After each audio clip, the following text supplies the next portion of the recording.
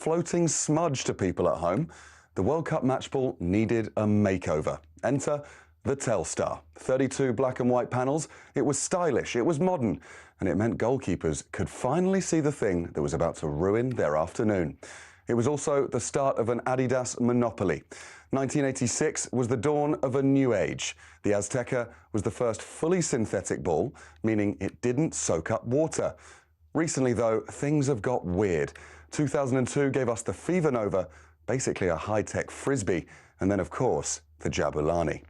Today, the balls have internal sensors that tell the VAR room if someone breathed on it. We've come a long way. But the ball's not the main thing, is it, FIFA?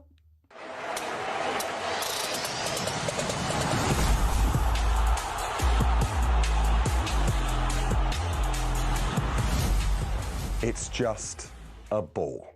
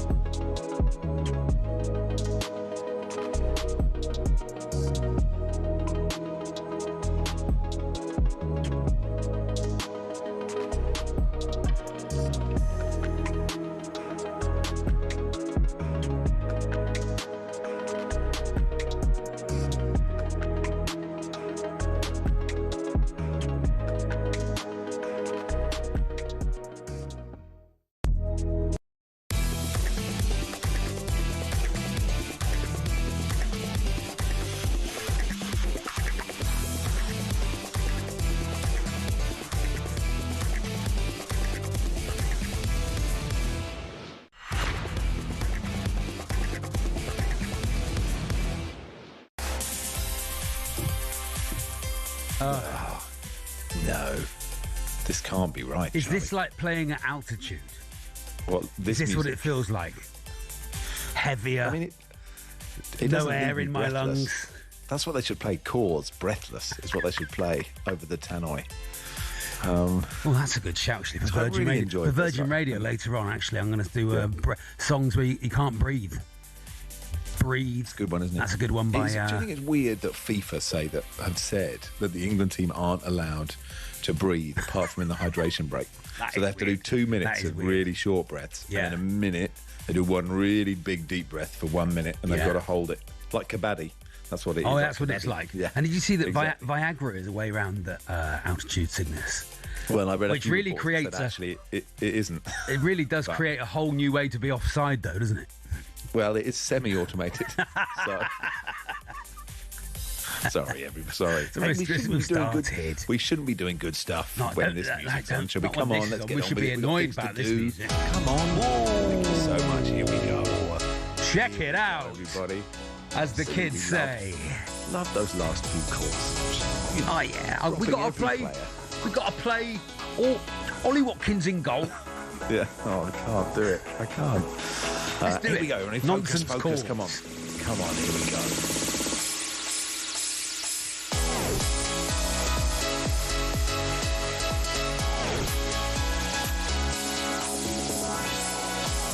Morning, everybody. This is the world's biggest sports radio station. It's talkSPORT. My name's Max Rushden, and alongside me, Charlie Bacon. Charlie, this is just any warm-up. This is the double award-winning, award-retired warm-up, Max, on Saturday, the 4th of July, 2026. And at 18 o'clock, it's Canada versus Morocco in the 2026 World Cup round of 16. It's live on talkSPORT, presented by Adam, the Cat, Cattrall. Commentary from Ian, the Duke of Knutsford Dancer, and former England defender Mickey Gray, the Obi producer. Oh, the Dance Dancer! Woo! These are crazy, crazy, crazy, crazy nights. Go get it! And then at 22 o'clock, it's Paraguay versus France in the 2026 World Cup round of 16. It's on the Rocks Floor, presented by Natalie Sawyer, commentary from Big Joe Shannon, and former Scotland assistant Mark Debbie McGee, the Obi producer. Oh, yes, oh, it's his event time! And she's dancing like she's never danced before. Woo! She's a maniac on the floor. And she's dancing like she's never danced before. It's big, go get it. It's Big Ticket Live World Cup action you can't afford to miss. Morning, everybody. How Good are you, morning. Charlie? Very good, Max. Very good. The thing is, Harry Kane always looks like he's playing under altitude anyway, doesn't he?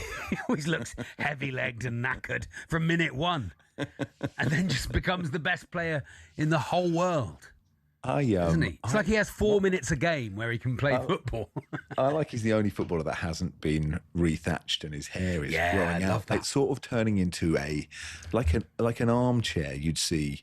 I haven't walked through Buckingham Palace, right? But imagine if you did a little roped off area. You know, it's like how the Victorians used to sit, and there's just a little armchair that's National just Trust growing out. property or Like something. that. Yeah. What a player he is! How are you feeling, Charlie? I mean, I was. I'm quietly confident, Max. Quietly confident about it. I'm not sure because so far everyone's got, because we spent the whole month before the tournament going, the weather's going to kill us. Weather's going to absolutely do us in. We've had one rain break where it's gone a bit wrong. Doesn't seem too hot anywhere. I think we're going to be. They'll have thought about the altitude, won't they? They'll have thought about it. They'll have been in. I think it is. There's a great text here that says, where it is. There's a really good one. For anyone under 50, playing at altitude isn't a new thing invented. You didn't hear fans getting upset or players moaning about altitude in 1986 against Argentina. Flakes need to just get on with it and stop trying to. It is really hard, right? Because I wrote a piece about it in the paper. People will remember the game I played against some Bolivian farmers. Oh, we all remember in 2009 at the top of Lake Titicaca, which is 4,000 meters above sea level. Yes, producer Reese says altitude is woke. It is. Altitude is woke nonsense. Woke nonsense. Stop altitude. Stop the causes of altitude. It is hard, and I think I think it will play into it. I don't know. Mexico are good. We haven't really been brilliant yet. No, we've been but rubbish. that doesn't mean you take every player out of the position they've been playing in. No. It was like an FA Cup game, wasn't it? It was like an FA Cup game the other day where the keeper had, like we were playing a League Two side and their keeper had an absolute worldie. You know, we could have won that game 5 or 6. Yeah. We weren't great. We weren't great. We had loads of great chances. True. Well, look, we're open defensively, and I can't hear anyone else say the goal was Jed Spencer's fault. It wasn't his fault. He didn't have a great game, but that was not because no one else that was wasn't there. his fault. The ball is going to. I think it's. I can't remember who was running through. Noah Siddiqui, I think. And if he doesn't go to that player, he's completely free in the middle. Like, it would be the maddest piece of defending if you just went, this is my man, I'm staying with him. Yeah. So it's a structural thing. A midfielder's got to track that man, or the centre-backs have got to move across. Madueke's got to come back. But it just wasn't, you can't just be person nearest ball, must be their fault. It's just football's slightly more complex. And it's just a reminder that lots of other people can play football really well. Yeah. Well, look at yesterday. Look at Cape Verde yesterday, right? That was, beautiful. I mean, that is Beautiful. the Sydney Lopez Cabral goal, because you can always have recency bias, is one of the great World Cup goals. That is one of Because the build-up, was there. immense as well. The build-up was immense. You know, it's up there with, I don't know, Bergkamp versus Argentina. Like those kind of goals, you know, you can pick out your favourite World Cup goal, not just because of who was playing, right? Just technically, it's one of the best goals ever at a World Cup. But just for that moment when you think there's no way they can get back into this. No.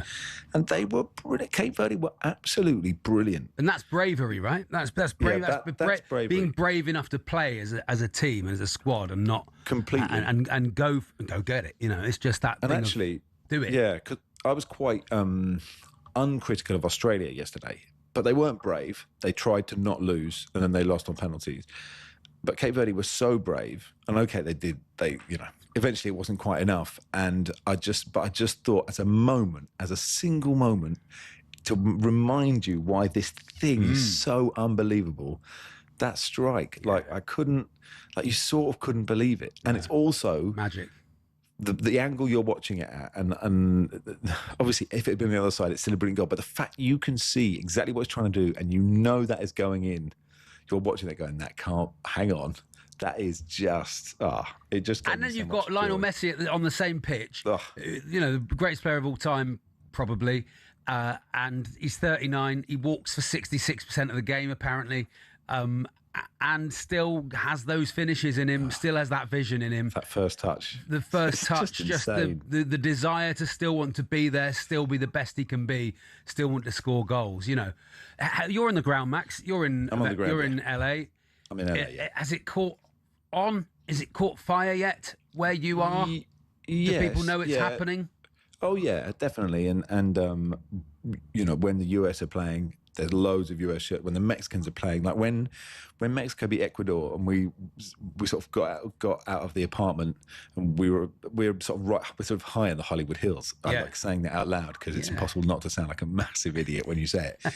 The fireworks that were set off around LA literally was just amazing. I mean, it helps that they're all still in, doesn't it? All the host nations are still in, you know. So. Yeah, it really does. And I'd be surprised if Canada beat. If they got Morocco, I mean, I'd surprised if they're still in after that. Yeah, I think it. Look, LA's so massive. I think when you hear from reporters who are out in towns that are sort of a bit more compact, this is like a sprawling. You can say, I'll see you. My friend lives around the corner. It's like a 2-hour drive. Even if it doesn't seem so. So, but it's like you're in West Kensington and your friend's in Croydon. Yeah, exactly that. Yeah, but no. I think it's a slightly odd World Cup here. I'm finding it because it's all in the night. Yeah. so I can watch 2 games normally and still stay awake. But then that third game, I've never managed to watch the third game ever. Well, look. So you're waking up and checking results. It's like you know when the Ashes is in Australia over Christmas. No. It's like no. Do you know what? If you can't be bothered to listen or watch the England game, what I do for Cambridge games when I'm in Australia, the Saturday night games, because I'm not staying up till 1 a.m. for that. I'm sorry. I love you, but I can't do that. Yeah. It's like I get on the Cambridge United Twitter account, close my eyes, and I scroll back on Twitter. Yeah. And then I do my own minute by minute.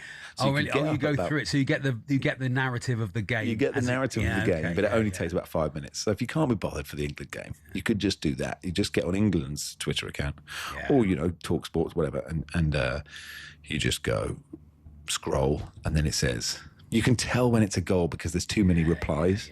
So I need to flip it. But many people message me during games, so it's like it gives it away, you know. So just going to have to watch it. We wanted to do superstitions, Max. Oh, didn't we, on the 1089? Yeah. So Archie Wintuck, German football expert, is with us, and during the England game, when it was about halfway through the first half, he went and got an England shirt and hung it on a chair. Yeah. And when that wasn't working, he took himself into his own room. Yeah, I understand. So he left us in the second hydration break, and he had to stay in there because we scored twice. So for the next game, he's going to have to go into that room. Oh, is he? So if there's something you did for the DR Congo game, and you're like, I have to do exactly the same thing.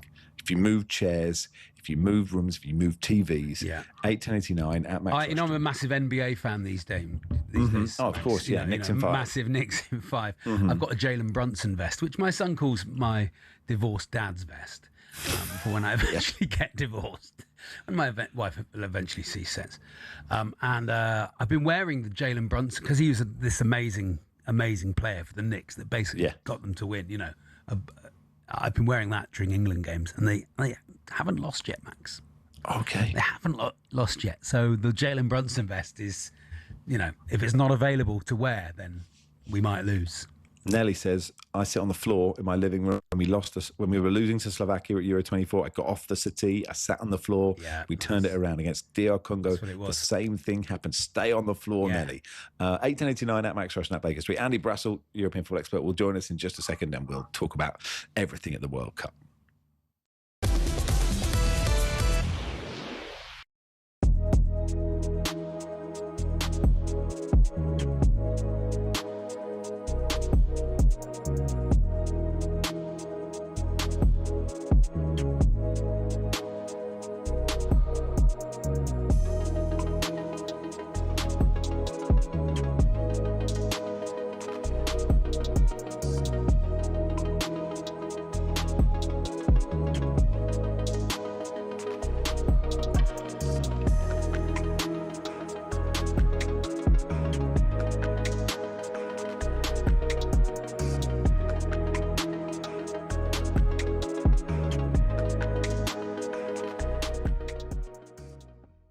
Harry Kane, I'm going to give him a 6.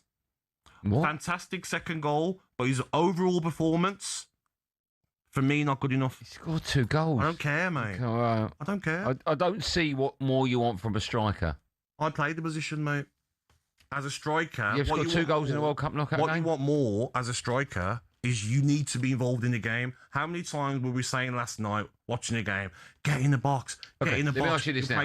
When we play Mexico, right, if you had the option to take exactly the same Harry Kane performance with 2 goals or not and start from the beginning, what are you taking? Yeah, of course you're taking the goals, but when you play better teams, you're not going to maybe score them chances.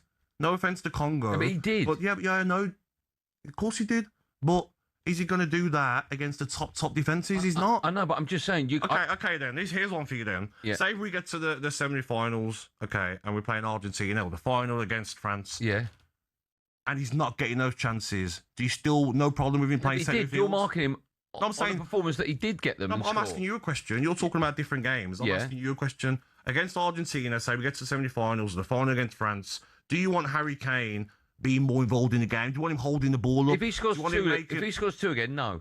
What if he doesn't score 2? Well then, yeah, but he did. Okay, yeah. But he did. But you're marking him on a performance where he did score 2. Exactly, but the whole performance isn't just about, you scored a great goal. What was your performance like for the whole game? Simple. Okay. If you had that game, yes, and scored those 2 goals, would you feel a little bit down about your performance? I would do, yeah. I'd be like, could I have done a lot more? Could I have done more for my team? If you score 2 goals and the second one's like that as the win, I don't think you can feel down. That's my opinion, mate. Okay, all right. Yeah. Sorry, mate. That's all right. I'm just being honest.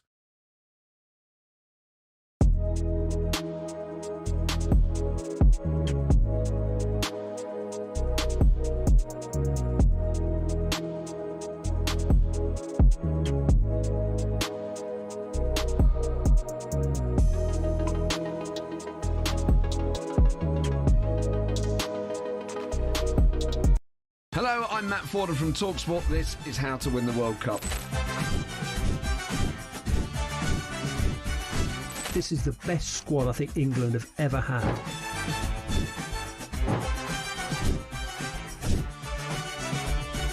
He used to love America, now he doesn't. It's very sad. It was so important to succeed because of all the pressure we received. Don't jump for this one, I'm going to knock his head off. Warning, this podcast does not guarantee England will actually win anything.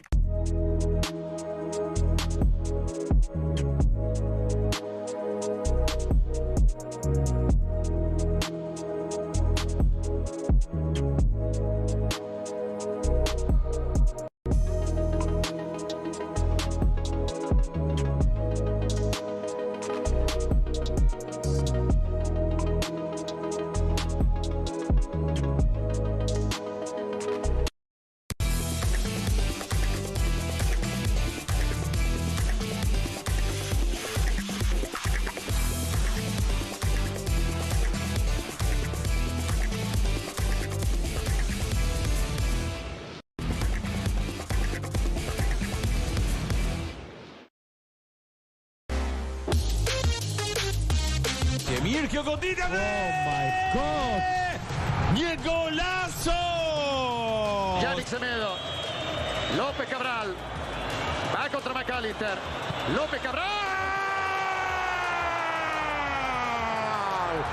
¡Gol de Cabo Verde! ¡Qué golazo hizo, por el amor de Dios! Set quickly and trying to catch Argentina napping. McAllister can't make the play. Lopez Cabral! It's incredible! It's remarkable! It's almost unbelievable! It's Cape Verde for a second time tonight, tying the game! Can he wrap his left foot around? Oh, he's danced inside the challenger McAllister. Oh, brilliant! That is a stunning goal, an unbelievable goal. I mean, if you didn't see it, you just couldn't comprehend it. Wow, the moment of the World Cup so far. Max and Charlie with you on the warm-up until 1. Matt says, Sredman, Hillary and Sherpa Tenzing didn't moan about altitude, you woke snowflake. Michael says, surely the team to face Mexico should be the players who were born at the highest altitude. Yeah, I think of Dan Burns 2 metres above everyone else. That's true. Anyway, let's bring in European football expert Andy Brassel. Hey, Andy. Hello, Andy. Good morning, fellas. I mean, whenever I think about high altitude, I think about Oldham away in the 90s when they were still in the Premier League. I mean, it was breezy enough to be. I'm sure someone is going to write back and say it's actually Stoke City, but, you know. What? I think it's West Brom is the highest, but you're saying Frankie Bunn and Roger Joseph. Frankie Bunn and Roger Joseph, they were just so acclimatised. Andy Ritchie, you know, no one else could breathe at Boundary Park. You might be right. That goal, I mean, you have watched every football match probably ever, Andy. I don't know where you put, and it's obviously recency bias happens, right? But I think that is one of the great World Cup moments, that goal from Cape Verde. That's it. Andy was silent. That was a good point. He was left silent. He was left silent by it. He froze. I thought it was, and he was left silent. What other moments have you got that are? The thing is, it's always the ones that are replayed and replayed and replayed, because you do remember some, but a lot of them is because you watch them again and again. Like, you know. I suppose it's with Roger, you know, I think Roger Miller. Yeah, David Platt's overhead kick. Platt, you know, of course. I don't know, Andy's back. I asked you a very testing question about... and he tried to get out of it by freezing. He just hung up. But how that will be a moment that we see again and again in years to come, isn't it? Yeah, it will. And you know what? I've seen a little bit of Sidney Lopez Cabral at Benfica this season. And, you know, there's a lot of promise. But you don't really expect a 23-year-old who's just made it to Benfica to pull a moment out like that in the World Cup, which I think is so amazing. Like, it would be a moment that was amazing if, say, like Messi pulled it out, for example. But it would be a memorable goal for him. But, you know, something like that is just spectacular. They've added an enormous amount to this World Cup, but it's the best part of any major championship, isn't it? The first timers who make this incredible impact. And they appear to be pretty fearless with it, Andy, don't they? Just going for it at all times, not sitting back, not holding, playing their game. Yeah, and I just wonder if the expanded tournament is a little part of that. Look, there are reasons behind it, but I think in modern football there are a lot of things that happen for nefarious reasons that actually turn out to be all right. I think maybe the expansion of the Champions League is one of those in a way. You know, it feels like we've had more meaningful matches in that, even if sometimes it's feeling like there are more meaningful matches rather than there actually being more meaningful matches. But I think in terms of being able to have a go, I think that's definitely part of it. Yeah, from an Argentina point of view, it's sort of the first time they'd looked so good until this game, and then someone, I can't remember who it was, I would credit them, said, you know, look, Argentina are fine when Messi's walking and everyone else is running, but when Messi's walking and everyone else is walking, it's not quite as good, you know. No, and you know what? I think we're not really going to find out about Argentina probably until we get to like the semi-finals, maybe, because you look at the way the bracket is split for them. So it looks like not exactly a coast, well, because that wasn't a coast last night to the semi-finals. But you know, it's it's a forgiving path. I think it's fair to say, if you compare with what England have, for example. So whether they're going to be tested until we get to the back end of it, and of course, you talked, Charlie, about teams like going for it in international football, which is a real switch up from what we've seen really in the last 15, 20 years, when it's always felt as if, going back to the 2010 World Cup, it's always felt as if caution is rewarded rather than bravery is rewarded, really, at the end of a long season. But, we didn't really find out about France until the semi-finals of the Euros. It will go back when we look at Didier Deschamps' tournament career record. It's like, oh, he did all right. He got to the semi-finals of Euro 2024, but they were wretched, really, weren't they? Yeah. And they just about managed to creep through there, and then Spain sort of dismantled them 2-1. Egypt and Australia didn't go for it. I mean, that was a sort of, I'm not sure either side really deserves to go through. Obviously, I really wanted the Socceroos to go through, and there's a massive existential crisis within football the whole time in Australia, but especially after that game. What did you make of, and they brought on Matty Ryan, and I have a feeling that managers don't guess here, but he did look, because he's 6 foot, which is not short, obviously, Charlie. He looked tiny. But and then he didn't save anything, and I guess sometimes you can make a change and it just doesn't work. I don't know what you. But think. He did also give two centre backs, penalties in that shootout. It seemed like he managed that penalty shootout very badly to me. Yeah, I don't know. I think that the Matt Ryan thing is the thing, really, isn't it? Because you think of it, when he comes on, you think, okay, it's the Andrew Redmayne moment. And then it turns out they didn't decide they were going to do that until the end of the first half of extra time, which is the thing in terms of backing up your point about planning, which is really it.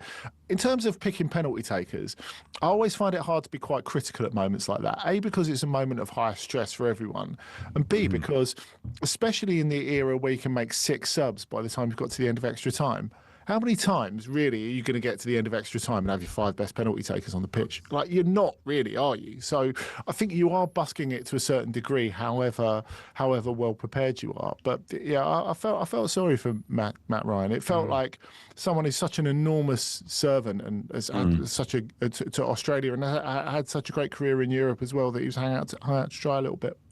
It was interesting to see that as soon as Egypt saw that he was going on, they got up a penalty shootout. I think he was playing for Levante against Real Madrid, and they were all watching on an iPad. This is what they do. I thought that was really interesting. But the real question is, Max, what sort of flashy internet connection do they have? Because, honestly, if you've ever been in the press box at a stadium when everyone's trying to get their report off at the same time, it's just not happening. I reckon they had it downloaded. They definitely had it downloaded on it. They weren't on the internet there. You think so? They weren't on 3G. It wasn't buffering. Maybe. And they're going, God, he doesn't dive for ages. And it's like, it's the circle of doom. And they're like, we can't take this penalty. It's just buffering. Give us a minute. But I mean, I think, it's obviously a huge moment for Egypt, right? Both of those sides had never won a knockout game. And I know the last 32 is a kind of caveat for a knockout game, because it's not like World Cups used to be. It's potentially an easier last game than you're going to have. So like in the same way that this was a huge opportunity for Australia to get through, it is worth crediting Egypt, because Salah can't run, Marmoush didn't play that well, and yet they still got through. I mean, that's kind of the problem, though, isn't it? If we're talking about creating a spectacle, or the reverse of a spectacle, the fact that if you feel that this is an enormous chance for you, it's almost paralysing, isn't it? The size of it, that you think, right, this is not a free hit like Cabo Verde had, for example. This is something where we're expected to do something, and if we don't do something, we'll always be the blokes that made a mess of this opportunity. Yeah, and I suppose agree. Australia have the pressure of the whole country and trying to make the game more popular, and Egypt had the responsibility of it being Salah's probably his last World Cup. Maybe not, but probably. Yeah, it's kind of like a Messi situation, isn't it? I think. Messi really will be there in 4 years' time, Andy. Yeah, exactly, Charlie. Definitely. I just think in terms of Messi's quite an instructive example, though, because obviously, like, Salah is a kind of Messi-like figure for Egypt, but the atmosphere around Argentina at this World Cup compared to the atmosphere around Argentina at the last World Cup, I think the difference is night and day. I mean, I spent a little bit of time in Texas around Argentina at this World Cup, and everyone is sweetness and light You know, they're like, it's amazing to be around Messi. I can't believe I'm playing with the greatest player in the world. And it's so great to just like hang out with him and all the rest of it. And he has never looked happier, by the way, never looked happier at club or country level, despite all the amazing things that he's done. And it's because, as Scaloni has said, the weight is off our backs now. Yeah. They did what they had to do in 2022.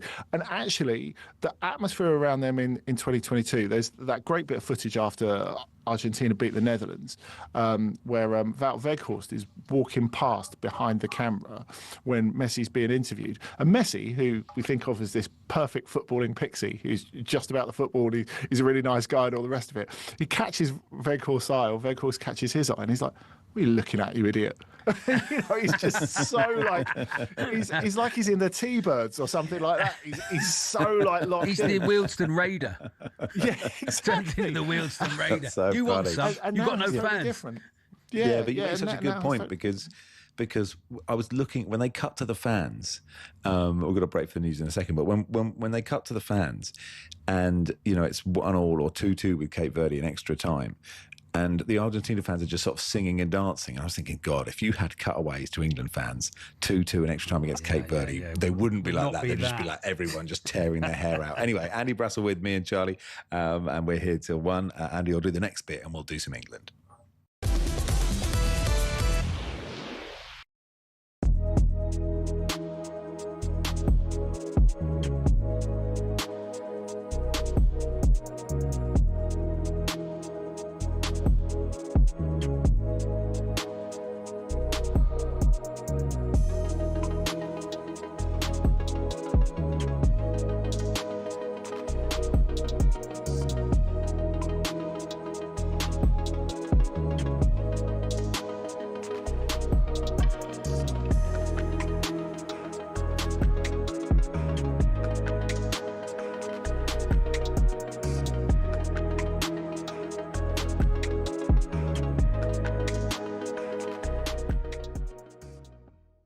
Tuchel won the Champions League with Chelsea on the back of not playing particularly attractive football, finding their way through games. So I don't think he really cares how England play as long as they win.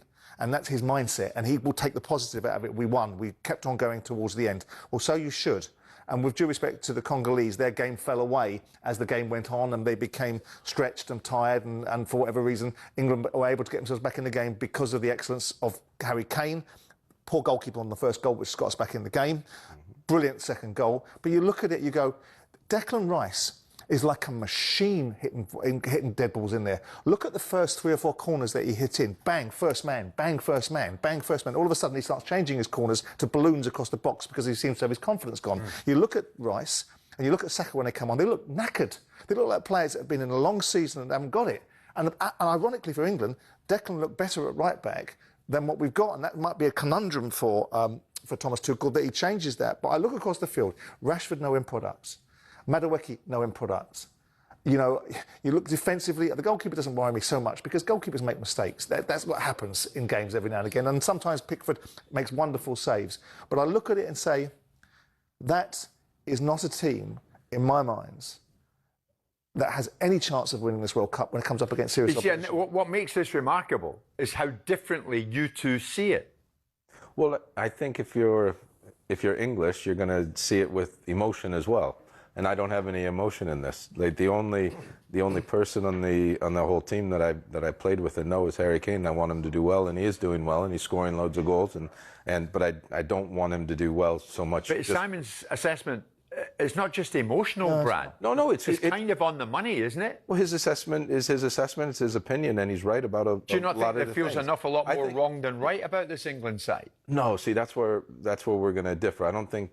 I think defensively, and especially the right back, I think they're having a hard time.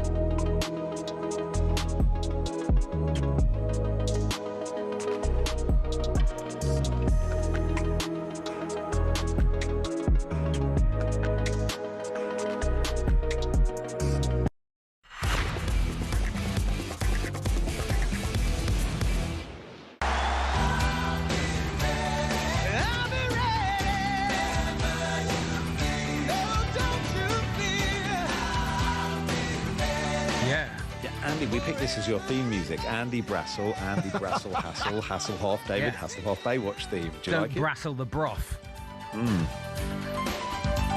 I would have preferred Looking for Freedom, if I'm being honest. From the Berlin Wall. Looking for free. Can we get that to play Andy out, please?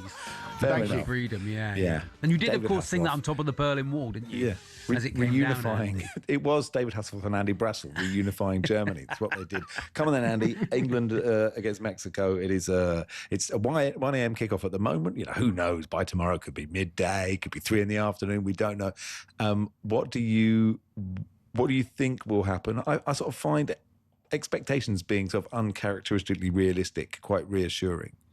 Yeah, it is. I mean, look, if we're going like player for player, I think it's fine for England. I mean, it's just all the other stuff, really, isn't it? It's the fact that it's away against Mexico in Mexico City. It's a rare occasion of the World Cupness of it, like suffocating us a little bit.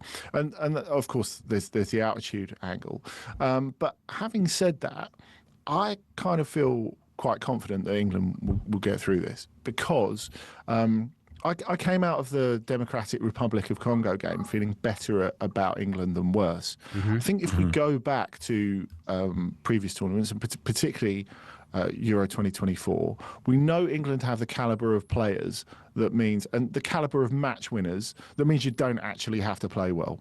And going back to what we were talking about the way to win tournaments before, obviously, if you're in control for all of it, that would be much better on everyone's hearts as much as everything else. But I don't know, I never felt panicked in the Democratic Republic of Congo game. And I think more importantly, the players never looked panicked. Even when they had that dip in the first half, even when they were struggling to get through in the second half, there was never a loss of head. And I think that's really, really important in a context like this. I think it's good that we've had to work hard and dig ourselves out of holes, because now we know that we can. Yeah, and you know what? I think in terms of performance, it was far worse at Euro 2024. And then again, you had a Jude Bellingham moment to pull you out. Of course, the massive difference between now and Euro 2024 is not Thomas Tuchel, actually. It's Harry Kane.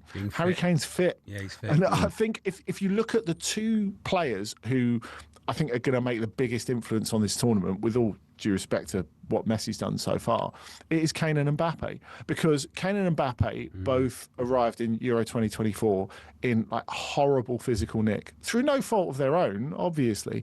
But that made a massive difference to how the tournament rolled out. And the form they're in now is making a massive a difference to how this tournament is rolling out. So if you look at Vincent Kompany, look, if England win the World Cup or if England get in the final, Thomas Tuchel owes like Vincent Kompany a bottle of something nice at the very least. I think it's fair to say, because the way that bottle of Nor. Yeah, maybe the way that he looked after him in the closing months of last season, of course, with Bayern's needs at the forefront, the fact that they wanted to keep him fresh for the Champions League is huge.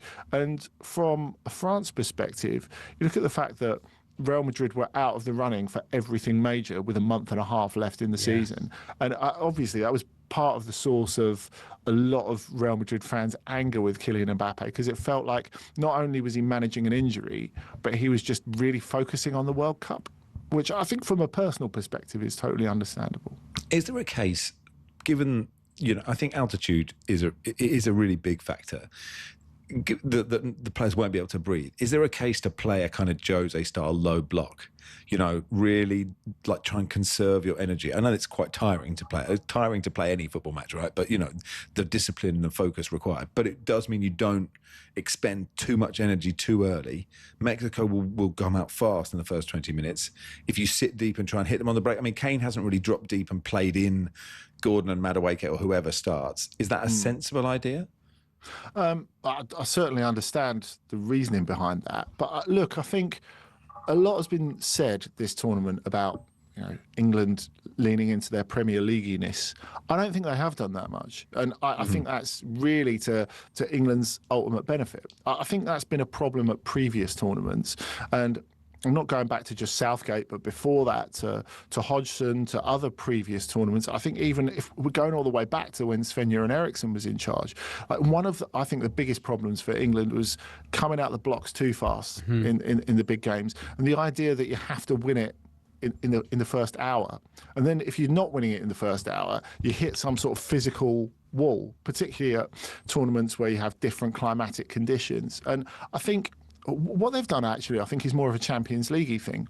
The idea that you can't dominate for 90 minutes, so let's ride spells of momentum that are 15 or 20 minutes.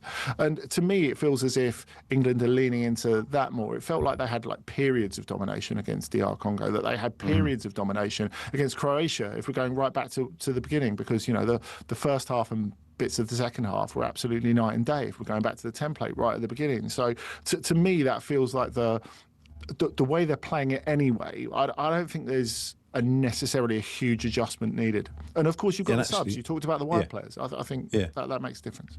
And so on that case, because there was some callers before us who are panicking, who are like, they need to put Rice at centre back and drop Anderson and play Mainu, and, you know, Madueke should never play again, etc., etc. And actually, I sort of wonder, of course, Anthony Gordon set up those 2 goals, but, you know, if you start with Rashford, Madueke, it doesn't mean they win the game for you. They can tire out the fullbacks and the other, you know, it's just not binary, I guess.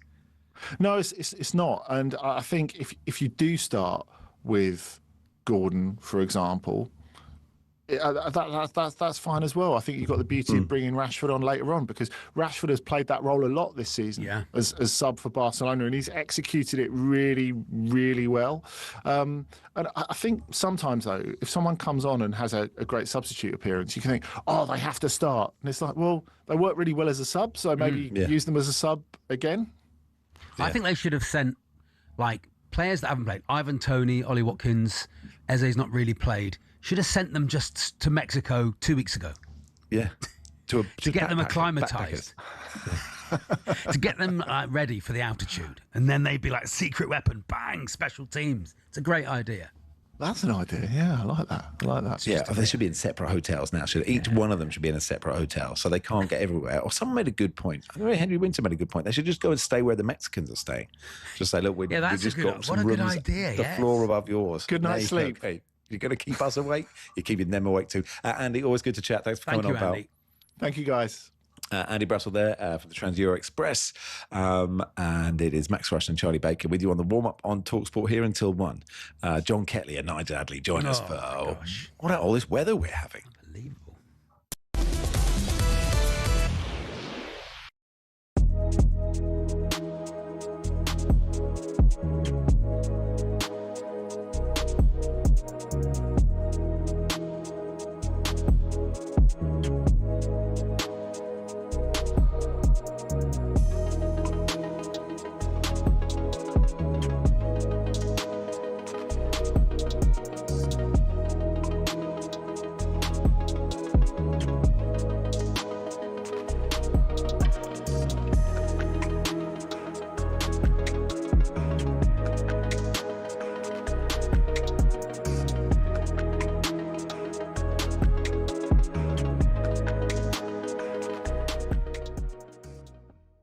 I speak for Newcastle fans, for Villa fans, for a lot of fans whose clubs can't spend money right. Spurs have finished 17th 2 seasons in a row, right? And then teams like Aston Villa, who have just won the Europa League, are getting fined £19 million and can't spend any money. It's a joke.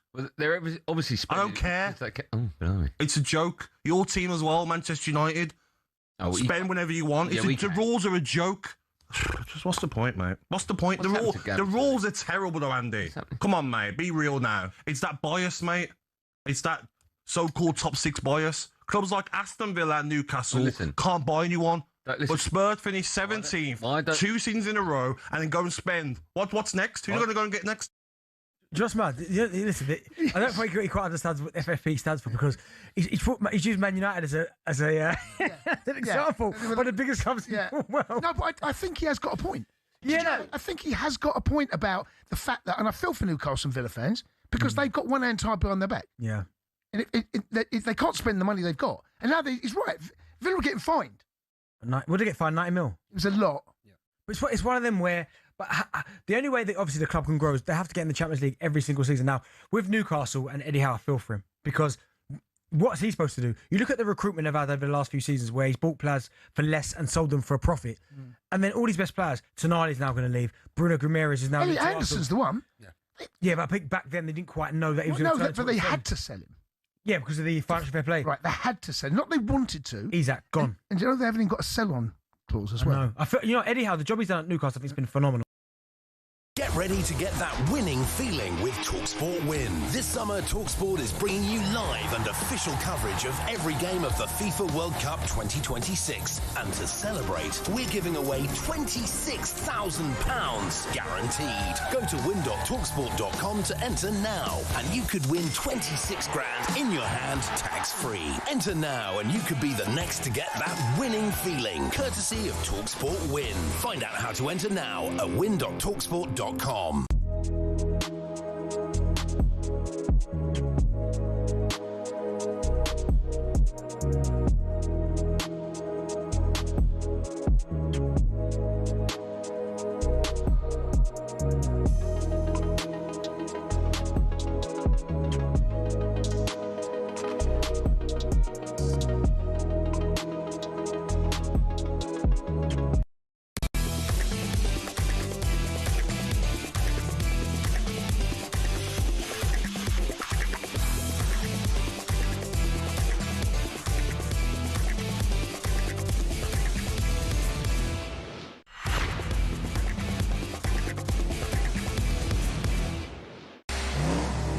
US football forecast on talkSPORT with QuickFit, a team selection that everyone would be happy with this summer.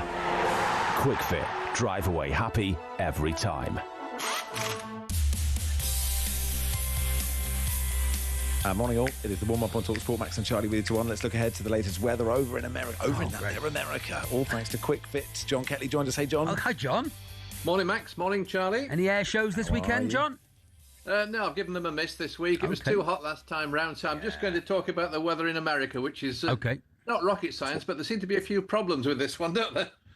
Well, I mean, there's going to be, there's potentially the France-Paraguay game might be stormy. Then there was the Brazil-Norway game was going to be moved a little bit. And the England game, they said stormers, but it was safety. And I kind of understand why they were nervous about it, but, sensible probably that it hasn't been changed. So, hit us with some US weather, John. Well, I think there's no problem at all today. We've got Canada playing Morocco in Houston. Now, I know you can never guarantee that there won't be a storm coming off the Gulf of Mexico, but it looks promising today. I think we've got 35 degrees and probably plenty of sunshine to come. So they'll probably have a lovely day there for football, if not a bit too hot.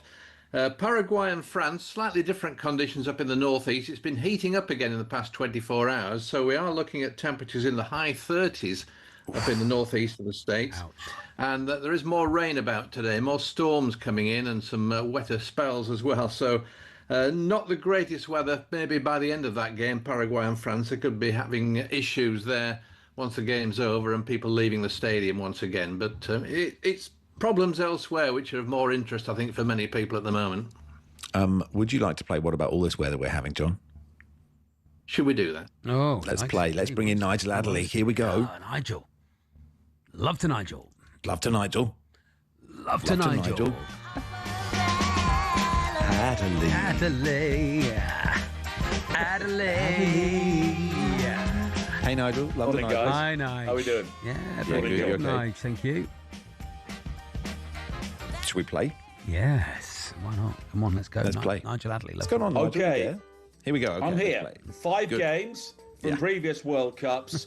You need a direct hit, 3 points. Tell us the temperature, not the score, not the crowd, the temperature. And if you're closest, you get a single point. And we'll start in the 2014 World Cup in Brazil. Bosnia against Iran. It was in the group stage at the Arena Fontenova in Salvador. Edin Dzeko scored one of the goals. Okay. Who goes first, please, Nigel? I think it's John's turn this week. John's turn to go first. El Salvador. What time was it, Nigel?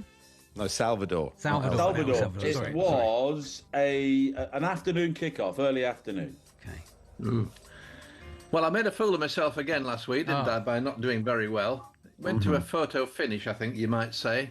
Or penalty penalty kick-off. Yeah. But anyway, let's go for 26, please. I think more than that. Charlie, I've been to Salvador. Okay, this is good I've news. been to Salvador Local in knowledge. the afternoon. I was in Salvador. It was 2009, so maybe the weather was different in 2014. It probably What was, it Max. like there?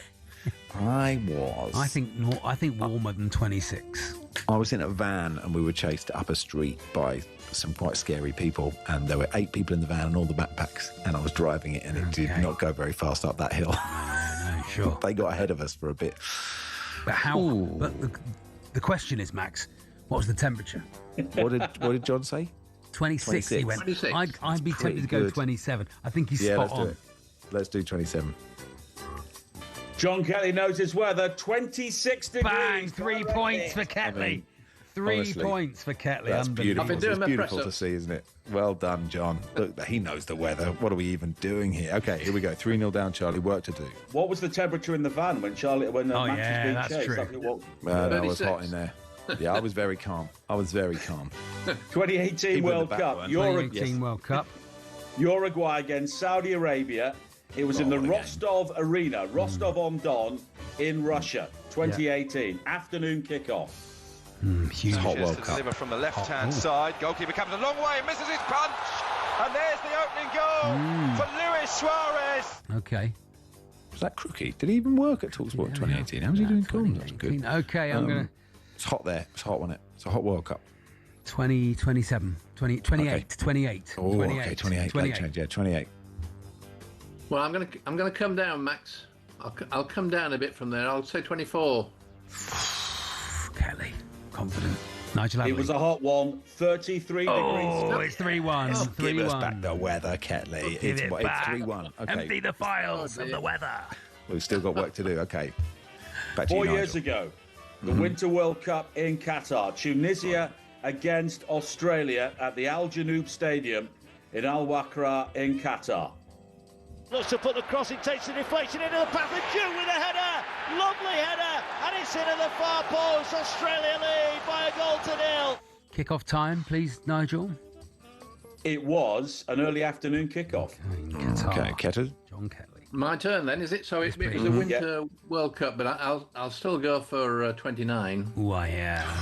It's a good guess. God, he's good at this. He's good at this. What do you One think, up, John? I think 30. What do you think, John? I think you think 30? Yeah, I think 30. Okay. Yep. He's draining the three-pointers, 29 Oh, my degrees. God. We've got a player 6-1. We're witnessing history here. Remember the name, John Ketley. Oh, this is great stuff. This is what a lead this is. Well done, Back John. to the drawing board. Yeah, he's showing us how it's done. Here we go. Okay, we're going to go back 20 years. I was actually at this game, always getting the big occasions. Iran against Angola in Leipzig. And it was in the middle of the afternoon. I can remember that. Okay. Flavio's in the middle. It's Flavio it's aimed for, and it's Flavio who scores. It's always 1 degree hotter if Nigel Adley's there, remember? That's true. Yes, it is.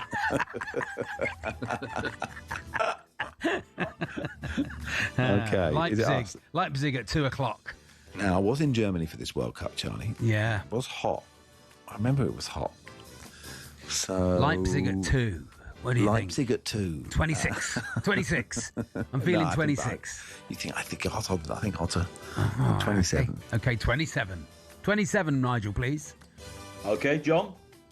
Yeah, what month was it, Nigel? It was... it's February. It was the February World Cup. Do you remember? Yes, it was June.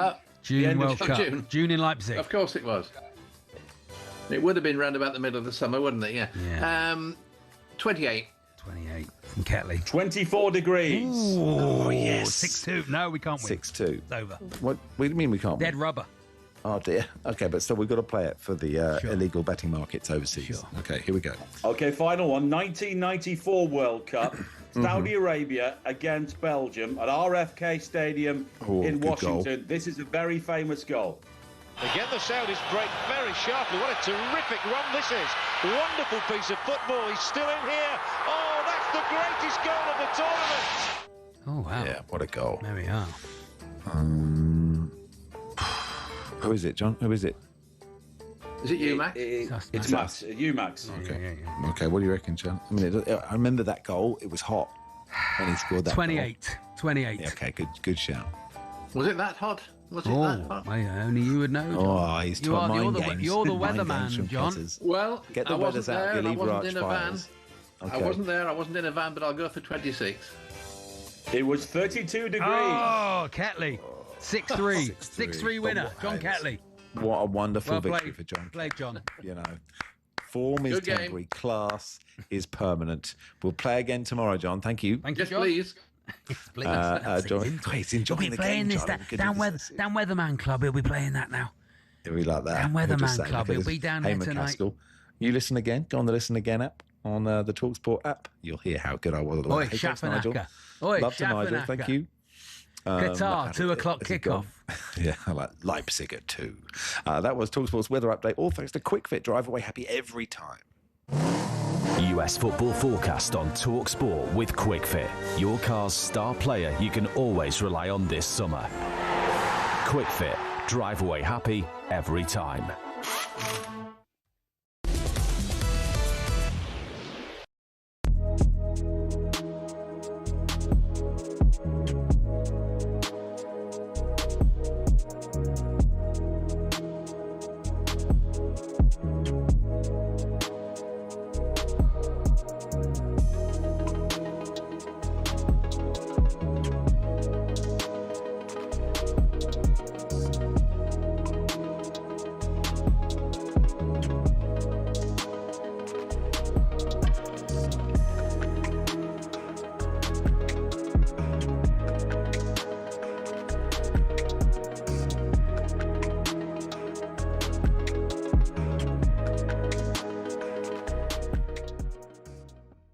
It was an absolute shambles.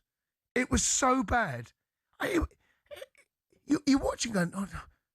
It's almost like they'd been out last night. That's what it felt like.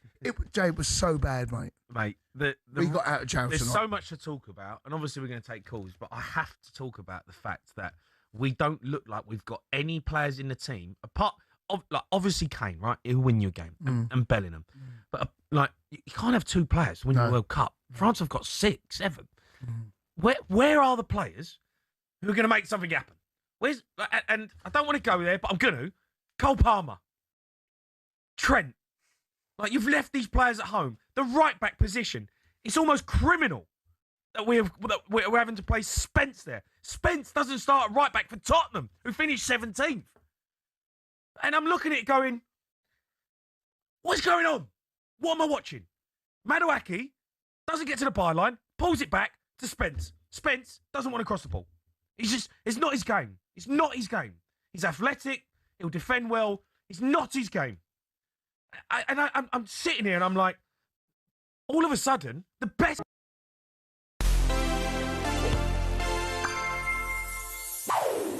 It's not easy to follow in the footsteps of your idol, especially when he's Diego Maradona and your country expects you to emulate him. That was the burden Lionel Messi would carry on his remarkable World Cup journey. In 2006, a baby-faced 18-year-old Messi scored on his tournament debut in a 6-0 rout of Serbia and Montenegro. But Argentina would be knocked out by Germany. By 2010, Messi was the best player in the world and under pressure to inherit Maradona's crown. But again, it didn't go all that well. He didn't score a single goal, and for the second tournament in a row, Argentina would be knocked out in the quarter-finals by Germany. A year later, Messi was made permanent captain of his country, and the pressure ramped up further. Their last major honour had been the 1993 Copa America. Anticipation was off the scale in 2014, which was surely their year, right? Argentina battled to the final, but who was waiting for them? Germany, and they nicked a late goal in extra time. Messi had fallen at the final hurdle, and the golden ball was no consolation. By 2018, patience was wearing thin, but a disaster of a tournament saw Argentina finish second in their group and go out to France in the round of 16. This was never going to happen for Messi, but hope began to return. Messi lifted the Copa America in 2021, so going into 2022, the tension in Argentina was palpable. Messi and his team scraped through the groups and then got past Australia, the Netherlands and Croatia. France and this guy awaited in the final, and it was one of the great World Cup spectacles. Messi scored 2 as the game went the full distance, but when Argentina's winning penalty went in, Messi didn't run. He sank to his knees. All that waiting, the trials, the pressure, the anguish, he'd done it. 36 years after Maradona became Argentina's forever hero, Messi finally had fulfilled his destiny.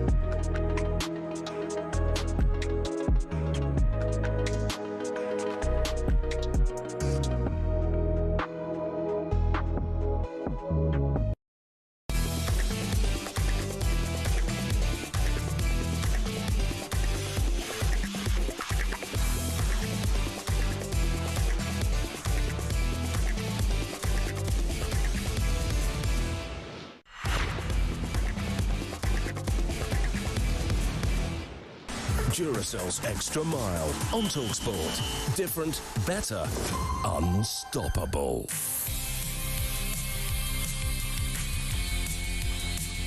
Morning, all. It is Max Rushden and Charlie Baker with you until 1. Time now for Duracell's Extra Mile. We're going to pick players who we think went the extra mile, and we're going to do it in the company of Football Ramble's Marcus Speller. Oh, do we have his theme tune? Do we have music for Marcus? You we have Marcus Speller's. Put a spell on you. There he is. Marcus Spell on you. Hang on. Cause you're mine. And you're mine. Cause you're mine. I before E except after C. Welcome, Marcus. I feel incredibly welcome. Thank you. Oh, good. As we want you to, and all the listeners and everybody. Everyone's welcome. We're a welcoming show.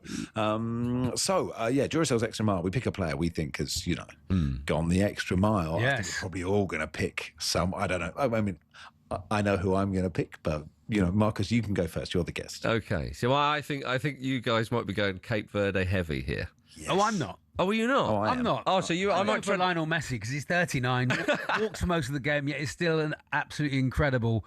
He has just his game-changing performance, and whenever he steps onto a pitch. Yes, he walked that extra mile, didn't he? He did walk the extra mile. He did. Effective. Well, yeah, I did. I'm going to go for Mo Salah.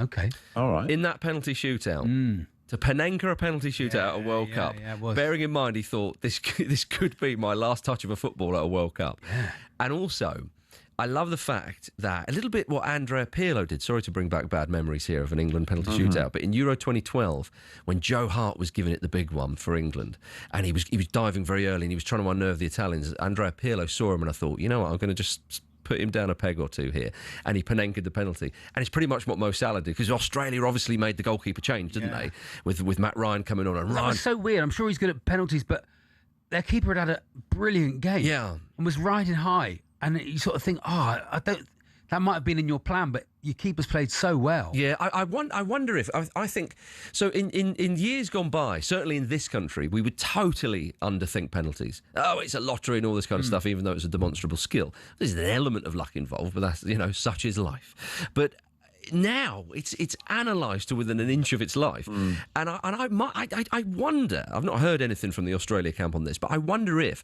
they thought, let's put all the penalty analytics and everything into Matt Ryan, just in case. Yeah. And so he's the guy we bring on, and that's for him to worry about. I don't know. But either or, he was diving very early for some of those penalties, thinking, I know where you're going to go, boom. And so Mo Salah steps up. I can't remember a time when Mo Salah's ever done something like that. And he Panenkas it, and it just takes the sting out of the whole thing. And obviously Egypt go on to win it. Mo Salah doesn't have a great penalty record. Yeah, I mean, he takes them, Liverpool, but he takes them. His record isn't great.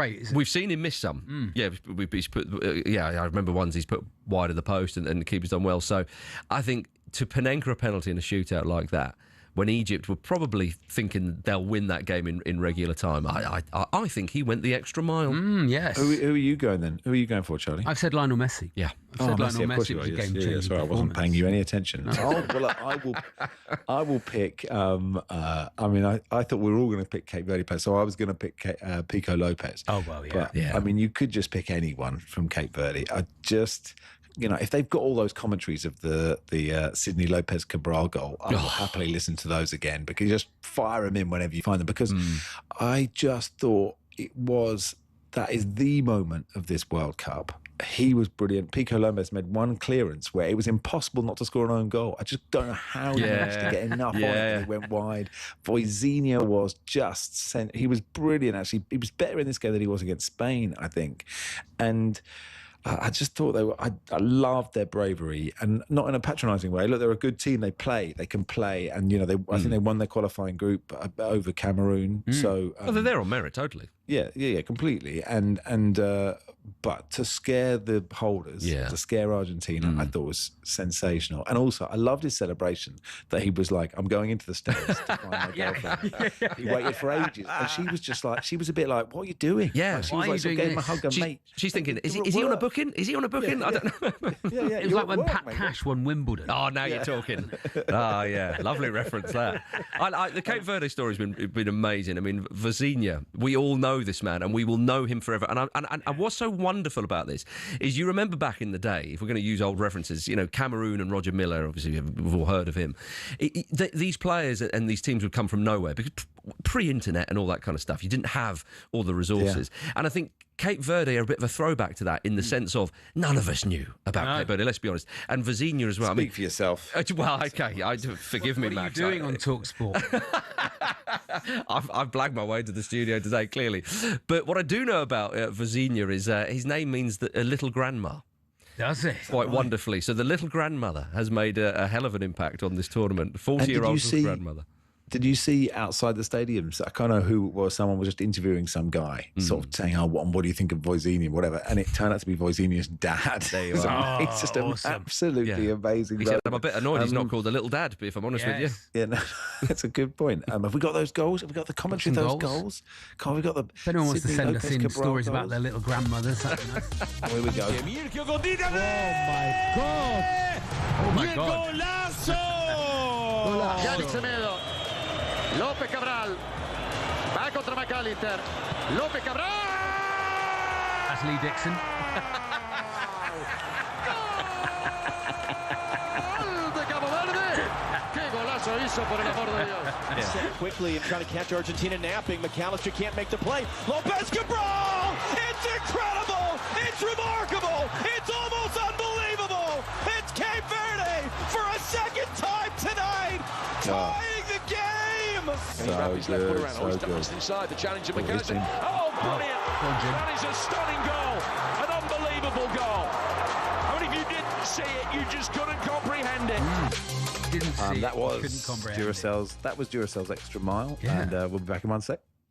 Duracell's Extra Mile on talkSPORT. Different, better, unstoppable. You mentioned Lee Dixon there. Has anyone deconstructed Danny Murphy's Bob the Cat I think a few people story? have. Yeah, a few people Yeah, have. it's been really lovely. I did message him. The first thing was absolutely brilliant. I absolutely loved it, apropos of nothing. Oscar Bob, because you've got this image, right? You know how commentators are utterly obsessed with showing you their commentary notes, and it is true. They work harder than anyone else, but it's like, here's all the notes I've done on this. I just love the idea of Danny Murphy's going, Oscar Bob. Bob had a cat called Bob, so put that.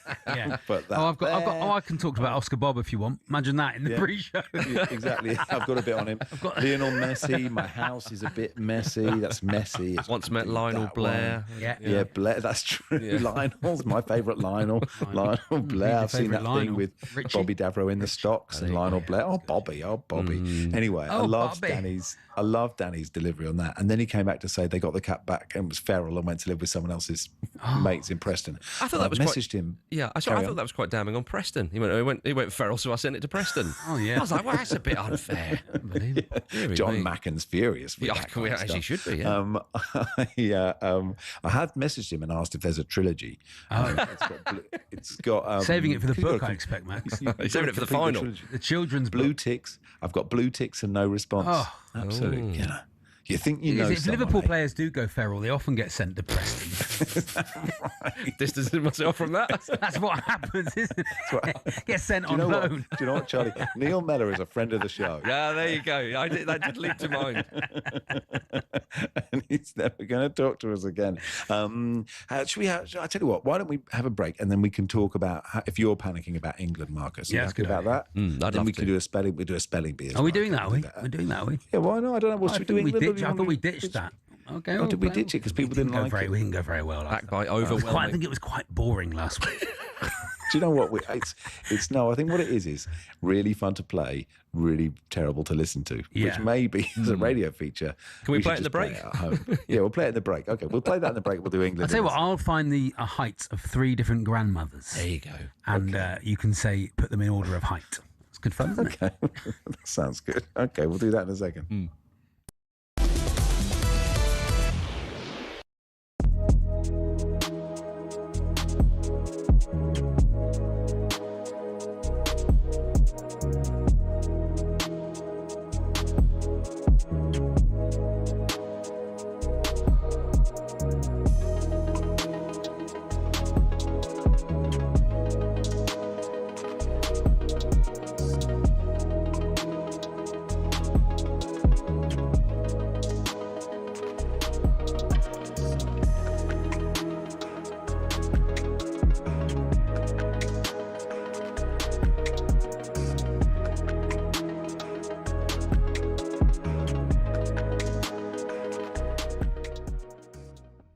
We've already established you're a deluded Arsenal fan. What do you make of Morgan Rogers and £130 million? You know what? I saw O'Hara going absolutely mad on was it? He was somewhere. He was talking. Yeah, and he was talking about the prices, etc. And I do actually think he's right, man. I think the prices have gone absolutely crazy. But it's one of those where, as crazy as it is, number one, it's not my money, and number two, football makes so much money. They're only going to spend where they think they can get the money back. So as much as it's crazy for us and we go, oh my gosh, these crazy prices, they're making money selling people's shirts on the back end anyway, and all these expensive tickets and everything that's going on. So someone can afford it. Do you need him though, Joel? Because I agree with Bentley when I've listened to Bentley say that you've got Eze, you've got Odegaard, you've got Ranieri down and coming back, but don't you need a proper left winger? I know Martinelli can do good things, Trossard, okay, but wouldn't that money be well spent elsewhere? I think he's so good that if he's available, you take him. I really do. I think in the Premier League, 30 million.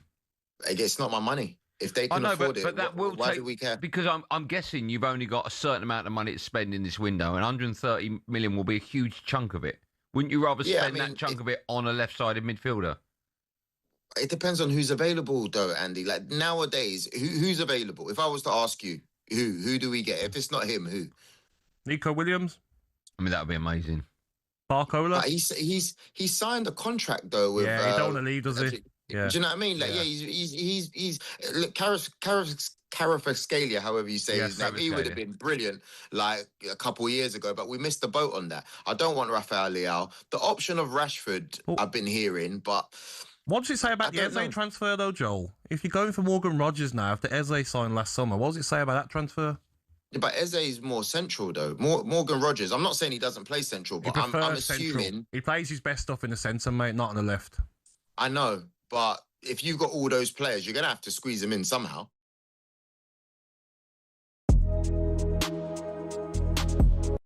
Get ready to get that winning feeling with talkSPORT Win. This summer, talkSPORT is bringing you live and official coverage of every game of the FIFA World Cup 2026. And to celebrate, we're giving away £26,000 guaranteed. Go to win.talksport.com to enter now, and you could win 26 grand in your hand, tax-free. Enter now, and you could be the next to get that winning feeling, courtesy of talkSPORT Win. Find out how to enter now at win.talksport.com.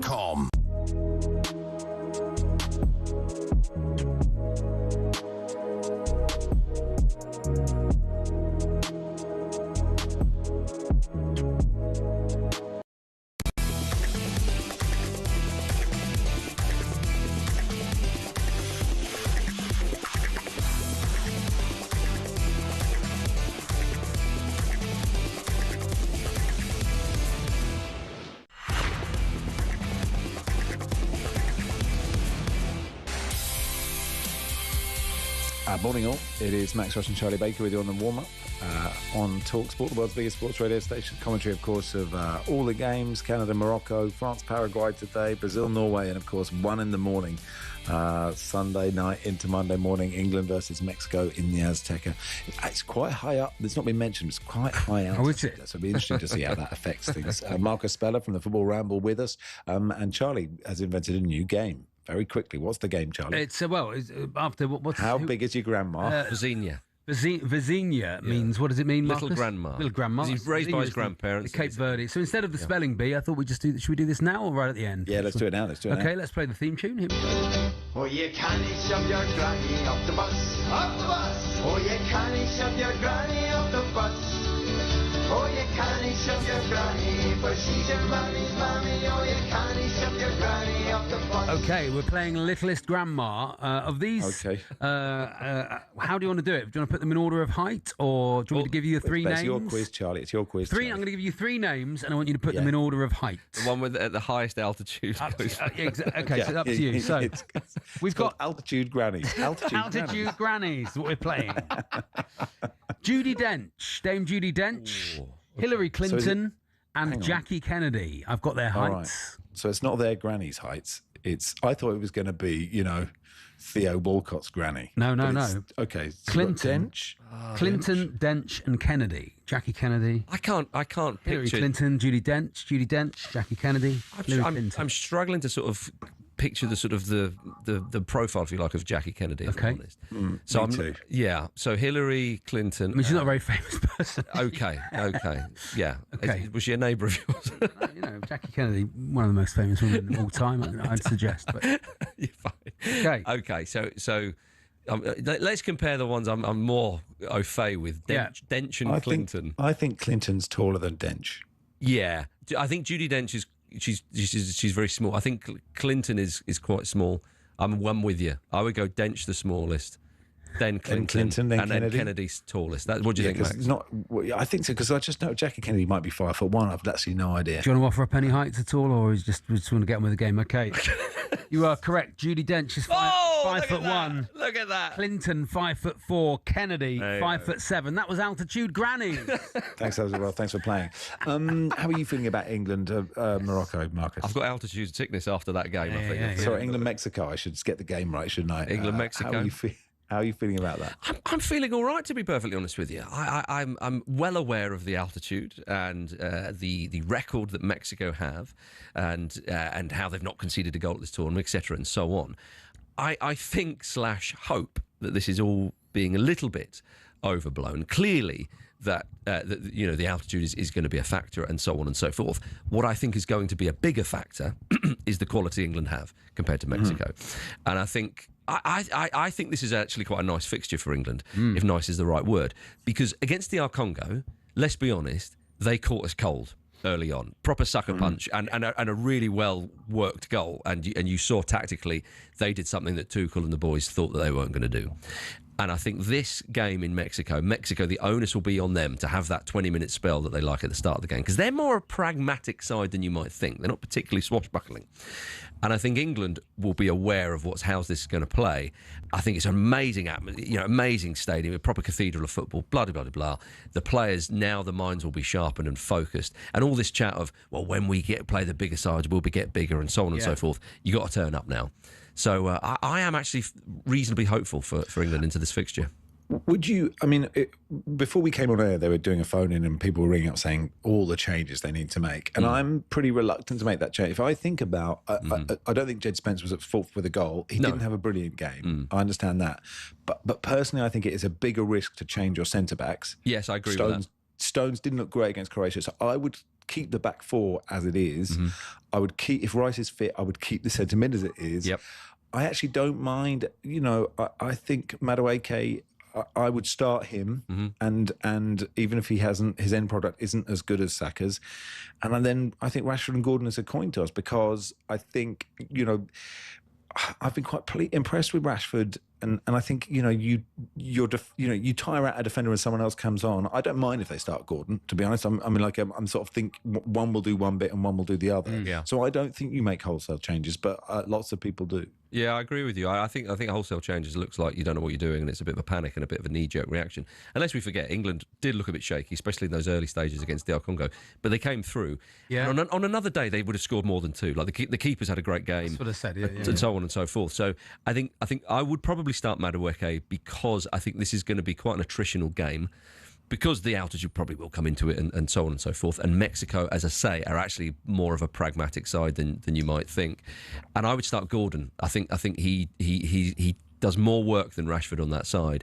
And I think Gordon will run himself into the ground for an hour, probably Madueke the same, and then you bring on the 2 boys to try and win or add to, to try and win the game. What do you think is going wrong with the crosses into the box? Because we can't seem to hit. They all seem to go long, they're overhit. Even Declan Rice is absolutely brilliant at corners. Well, he was for Arsenal in the season. He used them all up. And they're just all hit long.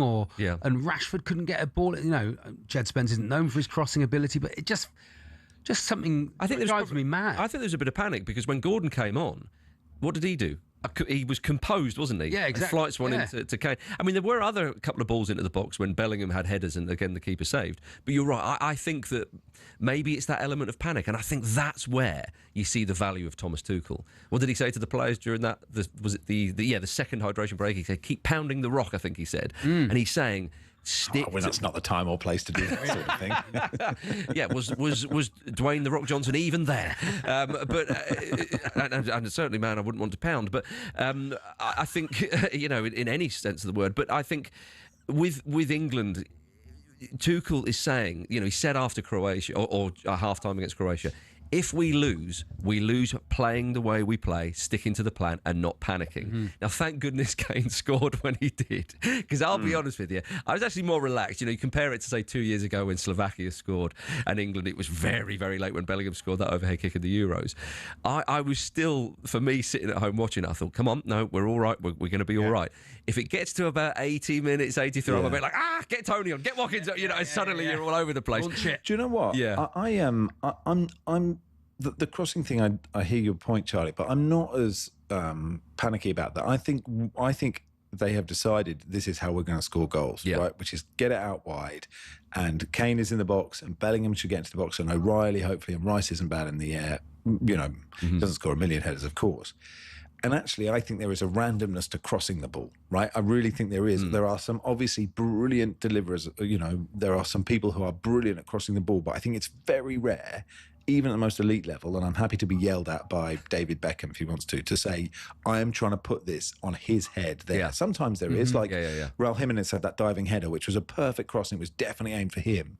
But a lot of the time, what you're trying to do is whip a ball into a perfect area, like the goal that Australia scored, right? It was just a brilliant set piece, and it was an own goal in the end. And actually, on the law of averages, if you cross the ball 43 times, eventually...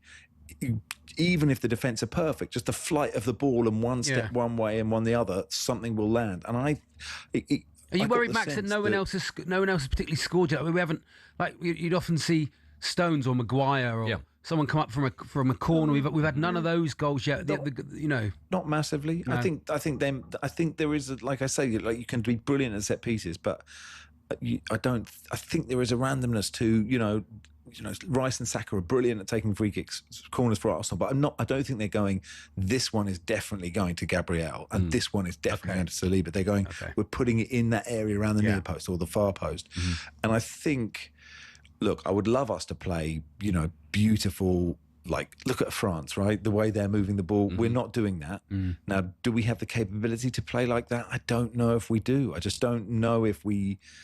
I don't know what you think, Marcus. Well, Tuchel hasn't set them up like that. It's obvious. He hasn't taken your players like, say, Foden, Palmer, or Gibbs White or anything. He has gone for more athleticism, and he said he wants to play like a Premier League team. And actually, to be honest with you, when he said that, I thought, okay, that's going to be interesting. How are you going to do that with the World Cups, players off the back of very, very long seasons? You compare them to France. France have got way less minutes in their legs than England have. So how's he going to do this? Well, we're seeing it now. But Tuchel himself has said, again, to go back to that quote, the bigger the opponents, the bigger we'll become. His remit in taking this job was to come in and beat those big opponents. Because when Southgate came along, England were in the doldrums. You know, it was off the back of an Iceland defeat. When Southgate came in, England did take care of those games. It was just when they played, other than maybe Germany in Euro 2020, it was the games where they were playing better or equal opponents, and that's where they came unstuck at the end of tournaments in quarter, semis or final. Tuchel has come in, and clearly his remit is win those games, get us over the line. And we wouldn't be the first team to grow into a tournament and then do something. Of course, you've got to put these games to bed. I don't want to start saying, well, we've got Brazil in the quarters or Norway or whatever. Let's, one game at a time kind of thing. But you do have to have an element of planning. But I don't think you go easy at all. I think the tournament really, it's the big stuff now. Against Mexico in the Azteca, I think it's a great fixture. In old money, this would be the second round, of course, into the knockouts. So England have got to be at the races. I think they will. I do think they'll go through. I don't think it's going to be pretty. I don't care if it's pretty. It's all about winning now. And that's the World Cup knockouts for you. I'll be nodding anyway. It'll be 2 o'clock in the morning. I'll be like that. Oh, no thunderstorms, delayed kickoff, please, for crying out loud. Now, look, I've got a lot of experience of watching games at stupid hours because of living in Australia. And, obviously, for men of our age and women of our age, it is definitely go to bed and get up. Yeah.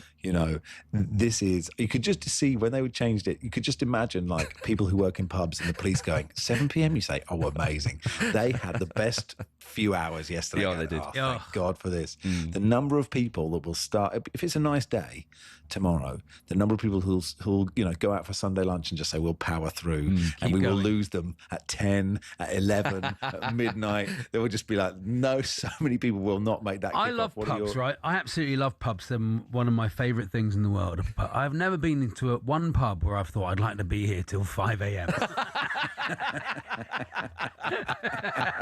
Not even at 11 p.m. I absolutely love pubs. It's like my one not more. One, not I like. Surely they, 5 a.m. could be because if indeed the game finishes in 90 minutes and it kicks off at 1 a.m, you could be done by say 3 a.m. The pubs are going, we should have put until when the final whistle. The final. That's what you should have done, guys. People are going, you're open for another 2 hours, big lad. Yeah, there we are. Oh yeah. So you home, little nap first, Marcus? That you plan? I don't know. Maybe might have a little nap. I'm going to go have a sleep till the second half of Brazil, Norway. Okay. Get up for the second half of Brazil-Norway. Is that right? And then power through. But then you can have an hour before, you can get down for another hour before the end of the game. If it doesn't go to extra time. If it goes to penalties, though. And the thing is, as well, it's not like as soon as the game finishes, I can go straight to sleep, you'll be buzzing. But this is this World Cup. This is it. But each World Cup is independent of the others, right? And this is the experience of this World Cup. Indeed it is. You're doing the S word, Marcus. Tell us about it. Yeah, 1 o'clock today. The S word on the talkSPORT YouTube channel. It's going to be great. We've got a packed show, lots of good guests. We're going to be talking a little bit about England, US, just all World Cup stuff. Argentina, Cape Verde. Yeah. Join us. One. Sounds like we've already done those conversations. You can't do those. Have them again. I'll do them in an American accent. How about that? Okay, yeah, really good. And talk more about grammar. talkSPORT. This is, I think you're right, Max, says Dan and Grisby. Altitude grannies would have been better if it was, as you said, Theo Walcott's granny versus Lewis Hamilton's versus Tim Henman's granny. You could choose. You could allot. How would it have worked? You had to choose their height. What would you have to do? You'd have to know how tall they were. You'd have to text them. You'd have to go. Yeah, but I didn't have that information. I had 2 minutes to put it together. I was about to say, he cobbled that together. I didn't have that information at my fingertips. I don't think it's been popular enough to continue the development. DM Tim Henman. Find out how tall his granny is. Hope the competition takes off, says Dan. Thank you, Marcus. Have a good day. Pleasure, gentlemen. Marcus Speller on the S Word, which is on talkSPORT's YouTube channel at 1 o'clock. It's Max and Charlie here until 1. We'll do some Wimbledon next.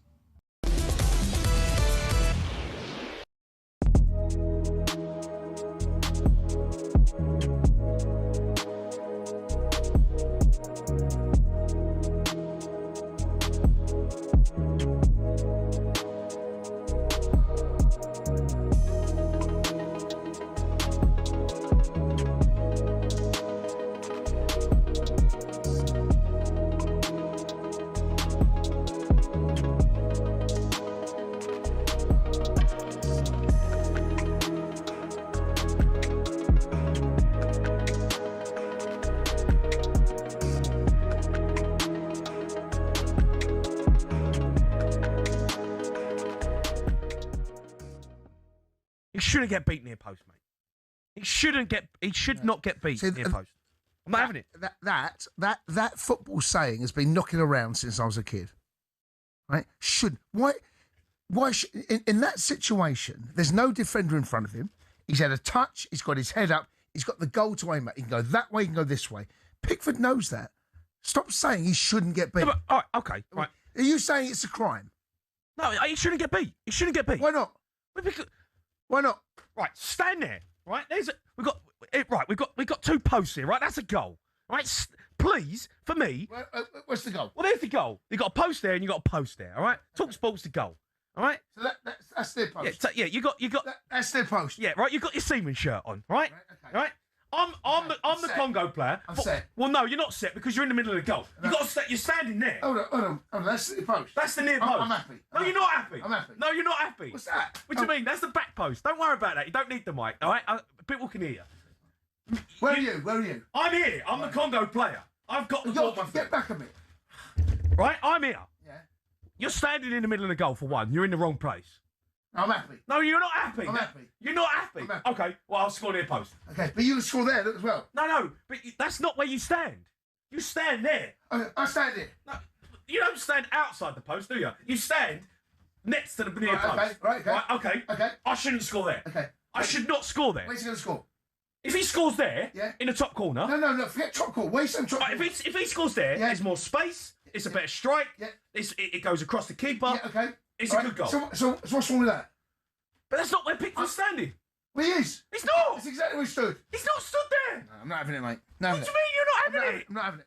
You don't get beaten in the near post. It's a football saying which needs to be outlawed, right? In a 1v1 situation. Near post. Stop saying it. What a goalkeeper can get beaten near post.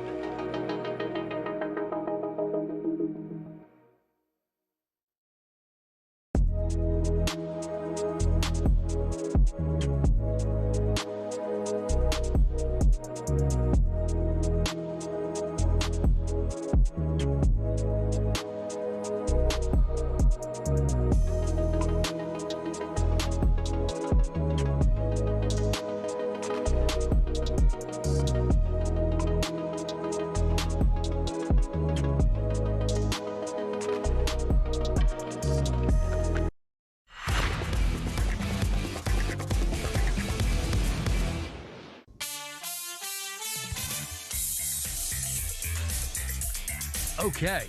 I don't know why they gave me a bass guitar for this bit. And it's interesting they sent that over to you.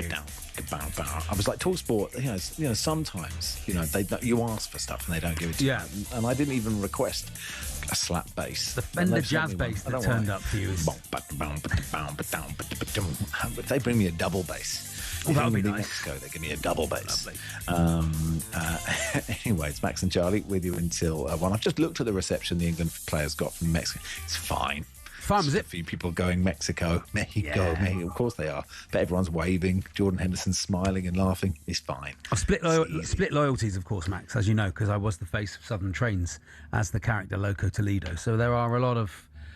There are a lot of photos of me out there dressed as a Mexican. It's win-win. I'm sure culturally sensitive. At the time, I mean, it was. I don't know if it would get through now. It was a different time. My dressing as a Mexican shame, Charlie Baker. You have to own for these money. things. It's For money. Let's do some Wimbledon. Lisa O'Sullivan is there for talkSPORT. Join us now. Hey, Lisa, how are you?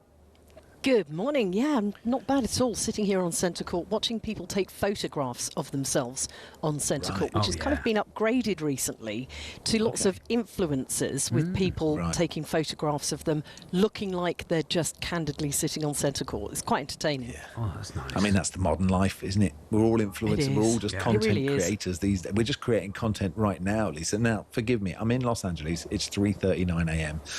Wimbledon is kind of past. Sound like it is. Yeah, I know. Well, that's very kind of you. He's got Barry Glendenning in the room next to him, pretending to be asleep. He got in at 5-2, so I'm just trying to keep it down. But hopefully, he's just in a coma next door. But so Wimbledon has kind of completely passed me. I've been watching it. I can ask a question. Charlie, so you could do some questions, but if you could just give me just the headlines for other people who've just been fully focused on the World Cup. Could you just give me some bullet points to start with, Lisa, and we'll go from there. Okay, Serena Williams was in, but then she was out. But she might be in again today because she's going to play doubles with her sister Venus.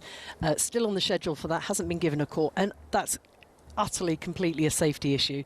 That match will go on the first available show court that's vacated, so probably centre court, because we've got 2 women's matches and Matteo Berrettini taking on Grigor Dimitrov. So I suspect that's what's going to happen. You couldn't put them on one of the outside courts because everybody who's got a grounds pass would try to go and watch it. So from a safety point of view, it's going to be on centre or number 1 court. We saw lots of British players start the tournament, but most of them went out on day 1, apart from Arthur Ferry, who plays today.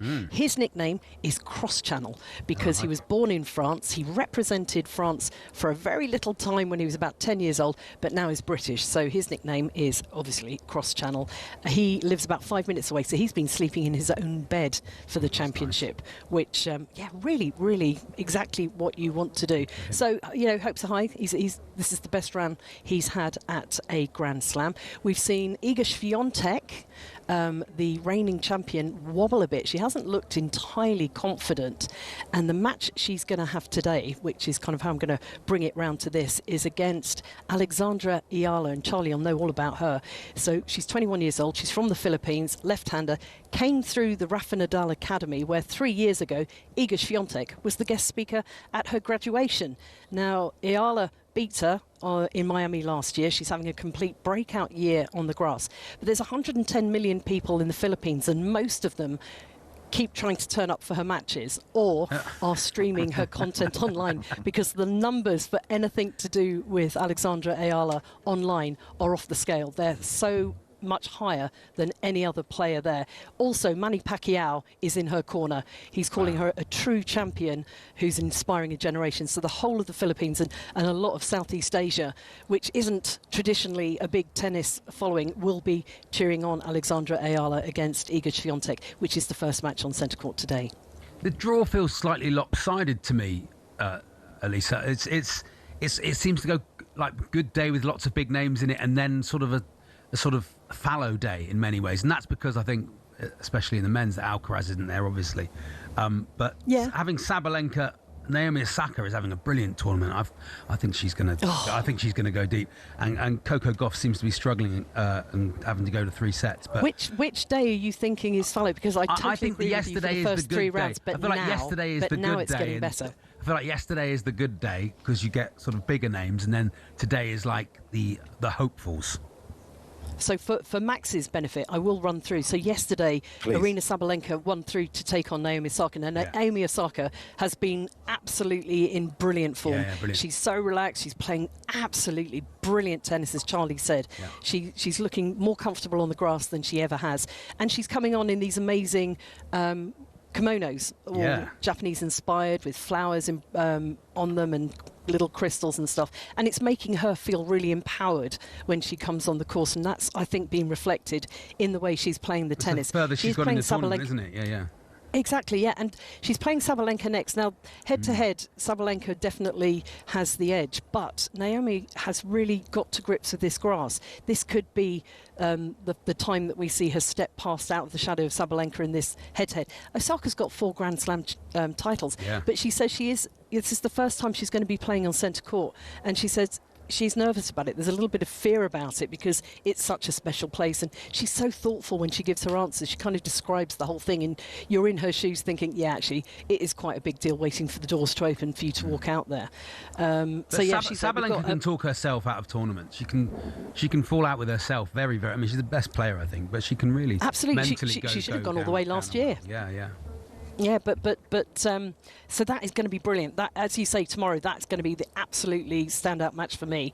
We've got Barbora Krejcikova, who won this in 2024 against Karolina Muchova.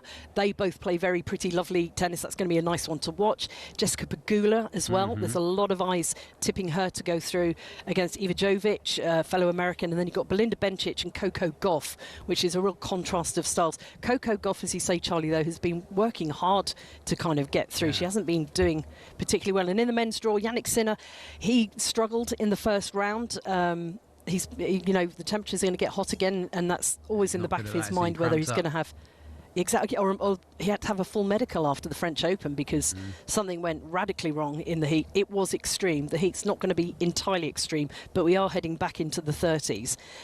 He's playing Shintaro Mochizuki next. Hubert Hurkacz, the last man to beat Roger Federer at Wimbledon, he's going to play Jan-Lennard Struff. Felix Auger-Aliassime won through last night in a really dull match. That was really dull. He's playing Alejandro David Fokina. And then Roman Safiullin, who has dumped out Rublev and João Fonseca in the last round, as well as Botek van der Zandschulp. I love saying that. So he's dumped those out. He's going to play Djokovic in the next round. So, yes, that's the tomorrow stuff. But we've got Matteo Berrettini against Grigor Dimitrov today. You know, 2 players that have been so... Is TFO today? TFO's today as well. Yeah, he's great. Yeah, he's great. He is great, but I am going back to Berrettini, and I'm kind of pulling you back there because Dimitrov was given a wild card to play here. And if you remember last year, he was leading Yannick Sinner. Yannick Sinner was going out. They shut the roof on him, and he pulled his pectoral muscle. He couldn't hold the racket. It was heartbreaking. He's playing that kind of tennis again, but he's playing against Matteo Berrettini. He's got his own sob story of horrible injuries and stuff. So, you know, we've got today. I'm selling today to you, Charlie. I think this side of the door's really raised its game now. You don't have to sell it to me. I mean, I love it. I watch it all the time. I absolutely love it. This side has raised its game, I feel. And Amanda Anisimova, after, oh my gosh, she will never want to remember last year's final where she lost 6-love to Iga Swiatek. She's playing Madison Keys today, and of course it's American Independence Day, so the Star-Spangled Banners. Keys is great on the grass, though. She won Eastbourne, didn't she, Madison Keys? I think. Yes. Yeah, and but it is, and they love each other. They're both. Oh, I like her. I love her backhand. Hopefully, they'll be trying to smash 7 barrels out of each other. Yeah, great. Good stuff. Thank you, Lisa. I feel completely informed. My pleasure. Thank you, Lisa O'Sullivan there at Wimbledon. You always like it, Max. Daniel. I know more about tennis than any other sport. Just sort of mind blowing. You know, I mean, I don't mean that. I mean that in a not in. a derogatory pull out way. facts and figures that I wouldn't know about anything else. I don't know why I know it. I also like that side of you, and I also like Real Madrid having a great season. Yeah. And then they, well, they haven't won the last 12 games. Politely saying, yeah, they are without a win in 60. They set I think they could do better than cross Channel for Arthur Ferry, don't you? I'd have said. Do you think so? I'd have said Brittany would be a better nickname for Arthur Ferry. I think there's no way Sea-Link? Arthur Ferry. Arthur Ferry, at the absolute youngest, is 106. That's what I'm saying. Anyway, if you want more reaction to Wimbledon, we have a podcast for you. We have the podcast for you, Off Court with Greg Rosetsky, the tennis show with big guests and even bigger opinions. Every opinion has to be bigger than the last opinion. Can't you just have a sort of mid-range one? Find it on all podcast platforms or watch it on YouTube. We'll play the Wheel of Football next.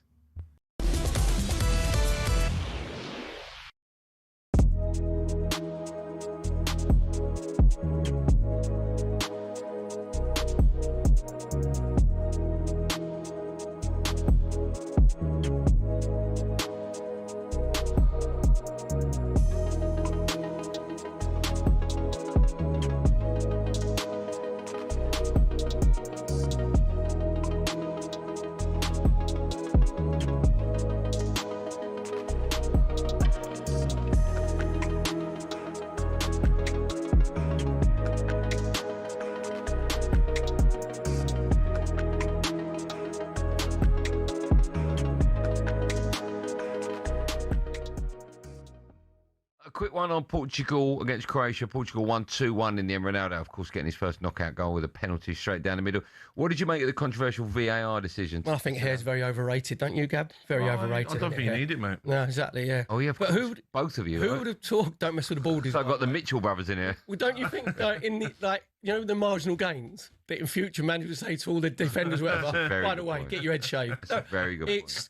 It's nonsensical. Honestly, it is so ridiculous that we're talking about a hair follicle and you're talking about Snicko, right?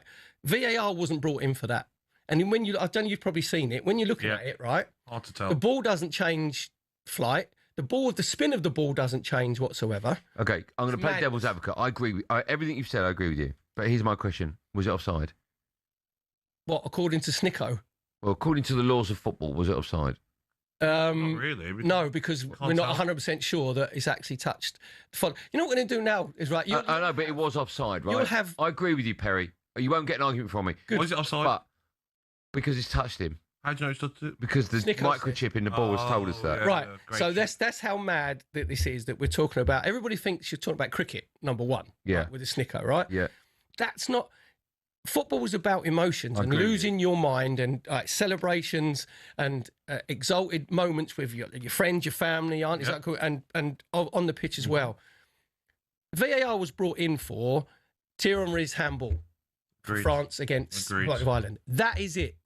So now they've made themselves so important that we're going to, the minutiae, we're going to go into CSI sort of, Yeah, I don't like it. PGMO. I know, but if we score the winning goal in the World Cup final and it's offside and then Snickermeter says, actually, hair follicle, you're onside. Oh, it's the best thing that's ever been brought forward. No, I'm honest. No, I would say because you have to be. I agree with you. You say that's not football. You're taking football out of football. And to be fair, we've got no dog in the fight of that game, have we? I don't really care who wins, who goes through, whatever. No. But football fans are just looking at really going, really? Is that what it's coming down to?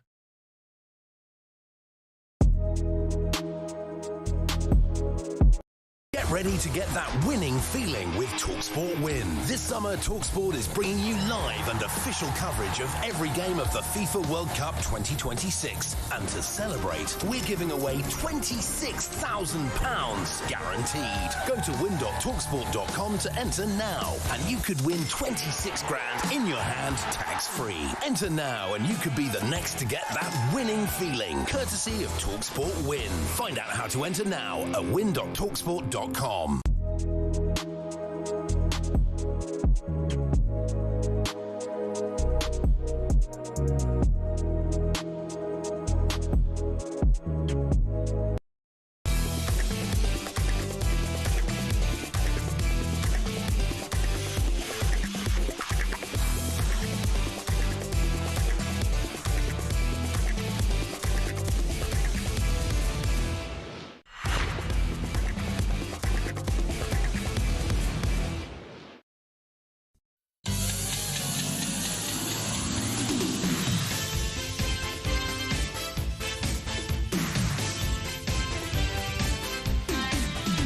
everybody. Welcome to the Wheel of Football. My name's Spencer Rushden, and here's your co-host, Charlie Baker. Welcome, Charlie. Good morning, everybody.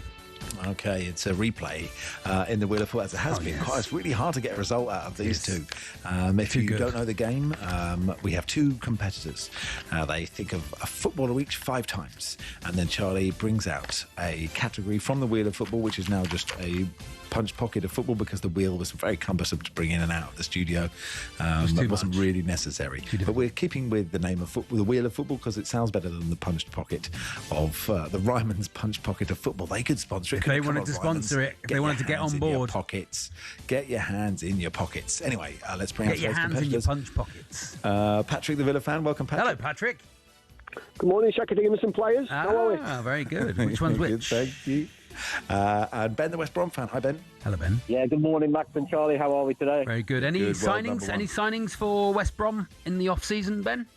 No, they seem to be taking their time about things. They've signed a couple of new recruits, but we're just waiting for everything to balance down at the moment. So we'll see. And Villa aren't allowed, are they, Patrick? No signings for you. As per usual, no. Hands are tied. Hands are tied, but they're not tied in the Wheel of Football, Patrick. Let's go then. God. Give us a footballer, please, Patrick. Okay. First footballer, Olaf Melberg. Olaf Melberg. Nice, good nice. choice. Okay. Ben, what are you giving us? I'd love to do another centre-half, please. Max, Richard Rufus. Richard Rufus versus Olaf Melberg. What's the category, please, Charlie? Hand is in the pocket. One hand in my pocket. Another one lighting a cigarette. Mm-hmm. It is... Everyone giving a peace sign. Giving a peace sign. Thank you, Patrick. Biggest head. Biggest head. Melberg, isn't it? Melberg, isn't it? I don't have to look up Richard Rufus. Biggest head. I mean, I think we're talking physically rather than a bit of a show. It's not ego. No. Olaf Melberg. Got to be. Scored the first ever competitive goal at the Emirates as well, with his head. Is he? Good fact. What, with his massive head? So he'd be a show off. He'd be a show off about that, and he'd have a big physical head. Exactly, Charles. You know, it makes sense. Richard Rufus. I mean, I don't know if you agree with this, Ben. Actually, has quite a small head. Oh dear. What a shame. It's like Beetlejuice. Like a pea on a mountain. Like Beetlejuice's head. I've seen it. Like a tiny shrunken head. That's Beetlejuice head. Okay. It's 1-0 to Patrick. He's 1-0 to Patrick. Here we go. Give us another footballer. Ben, give us a footballer. I'd love to play Stan Lazaridis, please, Max. Stan Lazaridis. Okay. Patrick? Never heard of it. Little Nobby Styles. Nobby Styles versus Stan Lazaridis. Okay. Styles wins fights, guys. Okay. Yeah. Nobby Styles wins fights. Of course. Nobby Styles wins make fights, Charlie. Yeah. Most likely to have a secret tattoo or piercing or both. I don't think it's Styles, is it? Is it Styles? No, all the time that Lazaridis spent down on Bonsai Beach, he needed to have just a few tattoos to celebrate a few of the waves that he crashed through. Obviously, back in Nobby's day, tattoos weren't really a thing. So he's a How do you know? Where did you take your facts from? Can I just point you to the word secret? Can I point you to the word secret? Exactly. He could keep a secret, Nobby Styles. He could keep a secret. I tell you. And a fantastic dancer as well. Keep the ball. Nobody keep the ball. Did they? See, the thing is, Max. I think it's Lazaridis. I mean, I understand. I just don't think Nobby had any ink. I just don't think Nobby Nobby had any, even when he won the World Cup. It's one apiece. I think didn't get a little picture of Pickles the dog. I don't think so. Tattooed. Okay. Like a tramp stamp. You're saying Nobby Styles didn't have a tramp stamp? Nobby Styles ain't no tramp, Charlie. Here we go. No, not, but he is. Come on, okay. Patrick. Give us a footballer, please. Third player. Alan Bernard Brazil. Alan Brazil. Okay. Sending our love to Alan. Alan. Morrison and the Pura Gazelles. Yeah. Ben? Lovely man. I'd love to play Darren Peacock, please, Max. Darren Peacock. And you can. Darren Peacock versus Alan Brazil. And the category is... person you wouldn't want to sit next to on a flight. Oh, come on. I think Alan would be a good laugh on a flight. I've heard two versions. It depends. Are we in Charlie? Are we in economy? We're in economy. We're in economy, and we're everywhere. We are. Let's say we're 2 years ago. A person you wouldn't want to sit next to on a flight. Darren Peacock versus Alan He Brazil. didn't have his new liver then, did he? Here we are. Ben, what do you think, Ben? Well, put it this way. I can only think of reasons why I would want to sit next to Alan Brazil. Yeah. That's not the question, though, is it? That's not the question. But I'm giving it, if you let me get around to it, soft lad, just give me a couple of minutes. Guys, come on, you. Love Matt the Mood Hoover. Getting aggy. Loves an interruption, doesn't it? Matt the Mood Hoover. Here we go. Not Matt, his name's Ben. Let him. Oh, Ben. Even better. I've been playing him. He's insignificant to me, Charlie. Insignificant. Max, over to you, Max. Okay, wait. This is what I think we're going to have to do. It's impossible because I have sat in between. He had his own Alan nuts, Brazil and Darren. Max. He had his own brand of nuts. I am. Give me 1 second. I have sat in between Alan Brazil and Darren Peacock on a flight to Tenerife. Oh, okay. In 2013. And I can't make a call. Okay. So it's a replay next week. Thanks, Ben. Thanks, Patrick. John Bruin joins us. It's the warm-up on talkSPORT. We're here till 1.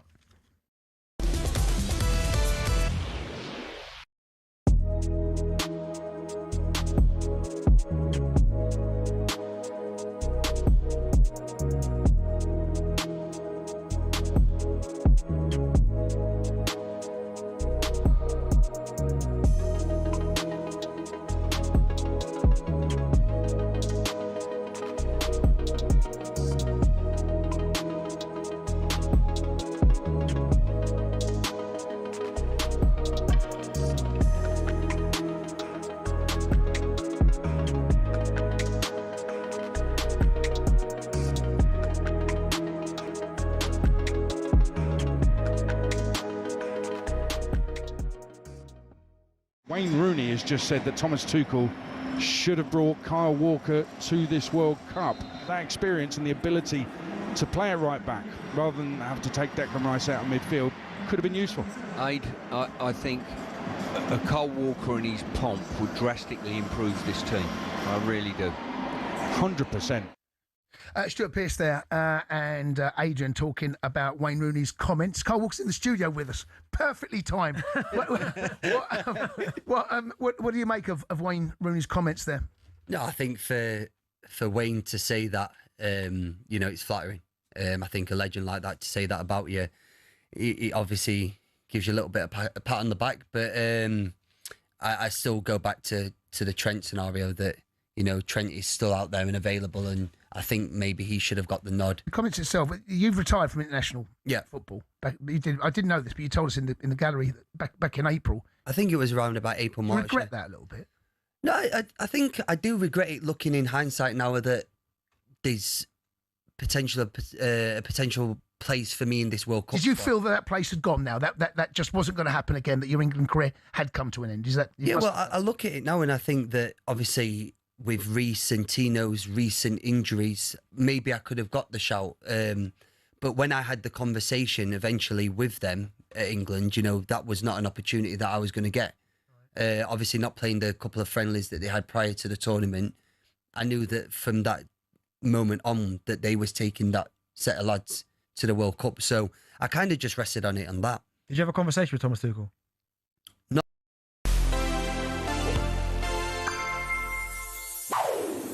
We've seen some incredible goalkeepers grace the world stage. Banks, Zoff, Buffon, Neuer. So why is Lev Yashin from the Soviet Union considered the greatest of them all? Say Yashin to a teenager these days and they'll probably look like this. After all, he played decades ago for a country that doesn't exist anymore. He never even played in a World Cup final, yet he still, more often than not, comes out on the top of ranking lists. In 1958, the Soviet Union lost 2-0 to Brazil in the group stage, but without a 28-year-old Yashin who'd stopped a rampant Pelé from scoring, the scoreline would have been embarrassing. He was key again in a draw against England, which helped the Soviets into the knockouts. They would eventually lose to the host Sweden, but many considered Yashin to be the reason they got as far as they did. He was revered at home, and his club form was out of this world.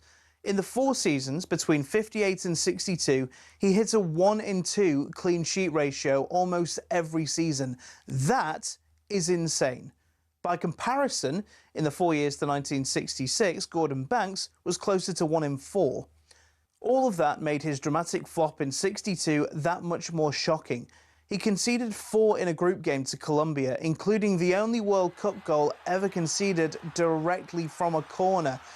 They were knocked out by Chile, and so shocked was Chile's winning goal scorer, Eladio Rojas, that he hugged Yashin in celebration.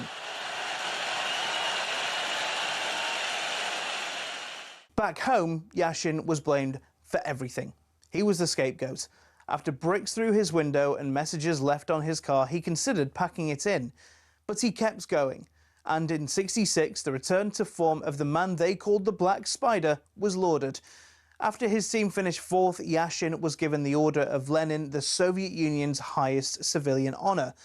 All of that is why today, the best keeper in the world gets the Yashin Award. That's right.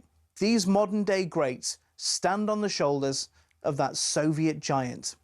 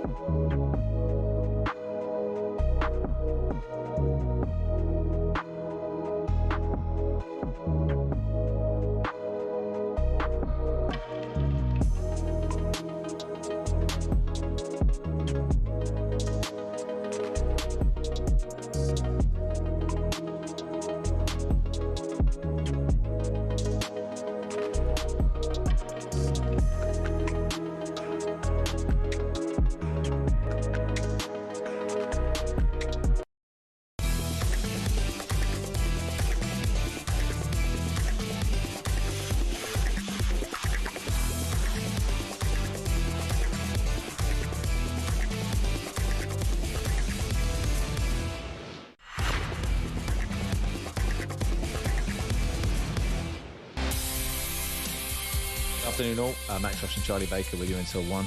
John Brewer and join us in just a second. Do some more England-Mexico stuff. Trevor Nelson's been in touch. Big fan of the Wheel of Football. Oh, good. Is Trev. He says no way to Alan Brazil, but I mean a little bit of a chat. And the thing about Darren Peacock is he makes a good point. Trevor makes a good point about legroom with Darren Peacock. That's true, yeah. He's sharing leg room, he's yeah. quite tall, wasn't he? You get your own leg room. You're not sharing leg room on a But you don't know if Darren Peacock is a sort of man spreader, you know? Is he taking the armrest? So that's why we had to stop the game. They've got big thighs, footballers as well, very big thighs. That is true. So these are things that we have to think about. And that's why we couldn't have a result. Well, thanks to Trevor for the input. Thanks, Trevor. Love you, mate. All right, let's look at today's So Good moment of the day with Meantime. The So Good moment of the day on talkSPORT with Meantime. talkSPORT have teamed up with Meantime to create So Good Lager for the World Cup. Available now at all O'Neill's pubs and some of the best sports bars in the UK. 18 plus, always drink responsibly.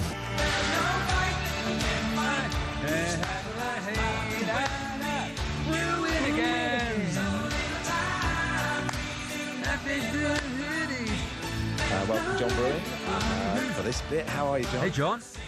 I love a bit of the Bee Gees. Morris, the sex god, as they used to call him. Oh, yeah. Was an absolute genius musician. The underrated member of the Bee Gees was Morris. Is that right? Yeah. Is he underrated? It's like Mark. He was the one in the Albright. hat, right? He was the Mark Albrighton of the Bee Gees, wasn't he? Just underrated, criminally underrated. It's his bass line in Staying Alive. So is that right? Yeah. Wow, so he was some musician. I always think, John. They're going. I'm just going to sing you a beautiful. I'm one of the greatest singers in the world. I'm just going to sing you a beautiful song. Okay, yeah, thank you. I can come to Massachusetts. Okay. Yeah, I mean, maybe might need some work on it, but it worked for the Gibbs, didn't it? It did. It worked for them, you know. Don't knock the Bee Gees. Anyway, so look, I mean, it's probably not. Sometimes they say, do this feature, you got to pick out the best thing that happened, and it's quite tricky. But John, yes, we're only going to talk about, and we've done it already today, but I'm happy. I could talk about it forever. Sydney Lopez Cabral, John. Yeah, just fantastic. Just wow. World Cup moments. I've just been writing actually for the Guardian's Mail out about how this World Cup, you know, we want memories from a World Cup, don't we? And what we have is Cape Verde. That's it. And amidst all the cynicism, the hydration breaks, you name it, this story comes to light. I actually watched it. I went to a gig last night. I went to see the Mighty Sun. All right. Doom metal legends. Oh yeah. Doom metal, of course. Doom metal, yeah. Yeah. And me and a load of other doom metal fans watched the end of this game in the pub. Really? So out al fresco in Limehouse, and the whole place was wrapped by what was going on there. Incredible. Yeah. If the metal isn't doomy enough, do you all complain? How does it work? The doom metal. Well, doom metal is essentially two chord, basically them playing chords as slow as possible. Like imagine like an iceberg coming towards you. That's the sort of sound you're getting. Brilliant. Wow. Okay. What a night. So how do you what do you just stand and admire, or do you dance slowly? How do you get involved? Yeah. You sort of sway. You just there's a point where it gets so loud and enveloping that you just have to lose yourself in this, almost like a meditative thing. I'd like them to put a really boring nil-nil on in the background during it, like a midweek in February 0-0. I mean, I suppose it was, you know, eventually it envelops you, much like that. I'm trying to bring it back. Yes, bring it back. Yes, bring it back. Bring it back, man. Bring it back to that finish. But you're right. They were so brave in this game as well. And I don't mean that in a patronising way. I just think you expect when you see, you know, big hitter World Cup, you know, the holders against a team in their first World Cup of a country of 500,000 people, and it's not. You know, quite a lot of those players are born in Cape Verde as well. They haven't just they obviously have looked around, and everyone uses the word diaspora a lot. But like, you would expect them to be a low block and just try and hang in there, and they didn't. And you know, when Messi scores, you think, okay, well that's it, and it wasn't. And then when they're 2-1 down in extra time, you think, okay, well that's it, and it wasn't. And even at 3-2, they never ever stopped. No, and this is. You know, you die with your boots on. That's how they win hearts, isn't it? That they went for it. We've seen them, and maybe this is a sea change in the way that minnows in inverted commas will approach World Cups, Euros, whatever. Just if you just go for it, then you can get something from it. I think there were periods, weren't there, but a long time where just teams would turn up at the World Cup and just try to defend. Maybe we thought that after. The Spain game, but no, this is not how that team play. They play with, you know, elan. They play with spirit. It was just fantastic, and this is their moment, isn't it? And if you want to write yourself in history, and I don't know if that was necessarily the thought in their minds, but they managed to do it by not being afraid of mighty Argentina. They also asked questions, you know, if you're going to talk about football point of view, ask serious questions of Argentina that other teams will ask, Egypt next. But to set aside the nuts and bolts, you have this great romantic spirit of a team that just went for it. The third smallest nation to ever be at the World Cup, but one that have written their imprint on World Cup history forever. Yeah, they have it. So good. It's forever, isn't it? And you don't want to go back. You don't want to dwell on Scotland going out, but they didn't. They did the opposite of that, didn't they? They didn't go for it at all. They played with fear. It was, you know, you look at that and you go, well, there are two ways you can do it. Yeah, and is that a point where Scotland felt sort of, I'm not saying getting above themselves, but felt that they didn't want to be embarrassed, so sort of rolled into that shell. And, you know, Steve Clarke has done a great job as Scotland manager, again, not to relitigate it, but in those big games, I think the Scottish nation would like to see their team go for it in the style of Cape Verde, don't you? You make a good point, though, about, you know, it feels, and maybe the Cape Verde players won't think this, but it feels more like a free hit if you're Cape Verde in your first World Cup against Argentina than if you're Scotland in a. The same for like Australia. Those teams that haven't really gone for it. Before you go, John, how are you currently feeling about England ahead of the Mexico game? Well, obviously, I spent last night trying to work out my timetable. And obviously, I've done a lot of reading on altitude. I think we are now a nation of altitude experts, aren't we? Yeah. We attitudes to altitude. That's what we're Your new podcast, operating. is that your new podcast? Yeah. And do you know what? There have been a couple of podcasts have appeared on altitude. It's a big subject in this country. But my friend and colleague Miguel Delaney ran. I don't know if you saw this. He ran 5K. Didn't he? And what did he say? We said he was absolutely knackered. It was really hard. Would he be knackered if he ran it anyway? That's the point. Well, I don't actually know the answer to that. We've never run. Someone suggested that I could cycle alongside him as his coach. A control experiment, like Mickey from Rocky or something like that. Apparently, it makes you feel like you're listening to doom metal. Yes, right? Look, I've played at altitude, and it is. Lots of people listening will have climbed a mountain or done the Inca Trail or whatever. It does really change, and like the football they're playing, the pace they're playing at is just totally different. Bless Miguel running a 5K. It is very different to Madueke putting in a sprint and then putting in a sprint back to cover for Jed Spence and then putting in another sprint. So I think it will have a big impact. But like so far, the chat that we've had on this show has not been very panicky, John. No. People think. I think expectations are sort of moderate. I think if we go out, it's not an embarrassment, but I think we probably should, or we certainly could win this football match. Do you not think it's an embarrassment if they go out? I think knives have been sharpened, don't you, during that Congo game? I really do. They were definitely in that game. Yeah. I think it's a big difference. But I think Mexico away is tough. Yeah. But if you see if England make as many lapses of concentration as in the early stages of that game, then you are beginning to because. It hasn't clicked yet. It is true. No, definitely not. And we've done this thing, haven't we? That a few nations have done. The Scots did this, which is. Why did they do this? They give the guy a new contract before the tournament. Obviously from the fear that Tuchel might go to a club or whatever. But it always creates that hostage to fortune, doesn't it? Yeah. I was happy with England as a one-shot deal for Tuchel, where that was his focus, and now there's a sort of added bit to it where it's about bringing through the next team and thinking ahead and stuff like that. As we've seen, just talking about Cape Verde, it's living in the moment. Is what international football's about, isn't it? Because you're only presented with those opportunities once every 4 or 2 years, and it just feels as if we're ready to accept this as them going out, And I don't think that's ahead of this tournament. We expected England to go further than the last 16, so to go out at that point, it's not good enough, is it? Would you make any changes? That's a good question, isn't it? Jed Spence is the guy that's taken a lot of stick, but there's no other option. So, carry on. If Saka's fit or fitter, certainly over Madueke. And then obviously Marcus Rashford didn't really pull up any trees, did he? So in comes Anthony Gordon. It's fairly simple. I mean, you do wonder about the players that are there. It's a 26-man squad. Those that are not able to take part, what's their spirit at the moment? That's the question, isn't it? And you've taken all these players, and when are we going to see them? That's the thing.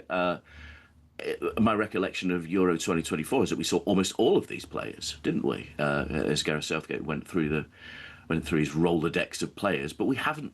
Well, maybe he'll do that at altitude. Maybe that'll be the thing. Well, that's the thing. Yeah. Have they tested who's good at altitude? Have they had them doing a Miguel Delaney and seeing who does it best? Who does the 5K best? It's a good question. Should try. Hey, thanks, John. Thanks for coming on, pal. All the best, lads. Guy says, Max, with his finger on the listener's pulse, with lots of listeners would have climbed the Inca Trail. From Guy, a listener who hasn't done. I'm not saying you've done the Inca Trail. I'm saying you've climbed at altitude. We'll do it tomorrow.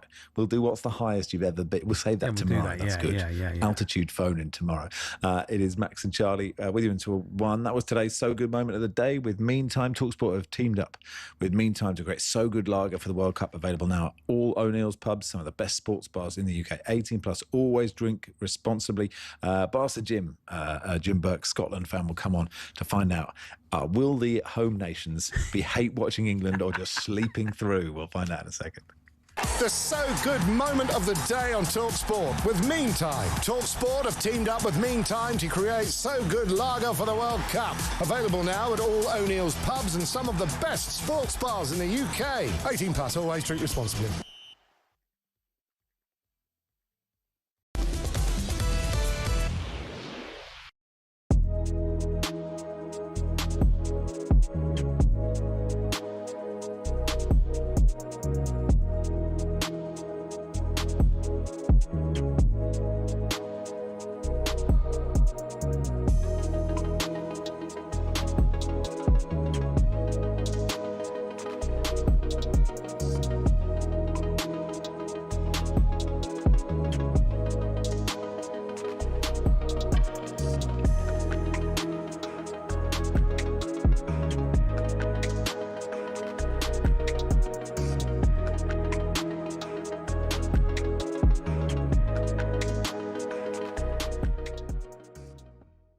Harry Kane, I'm going to give him a 6.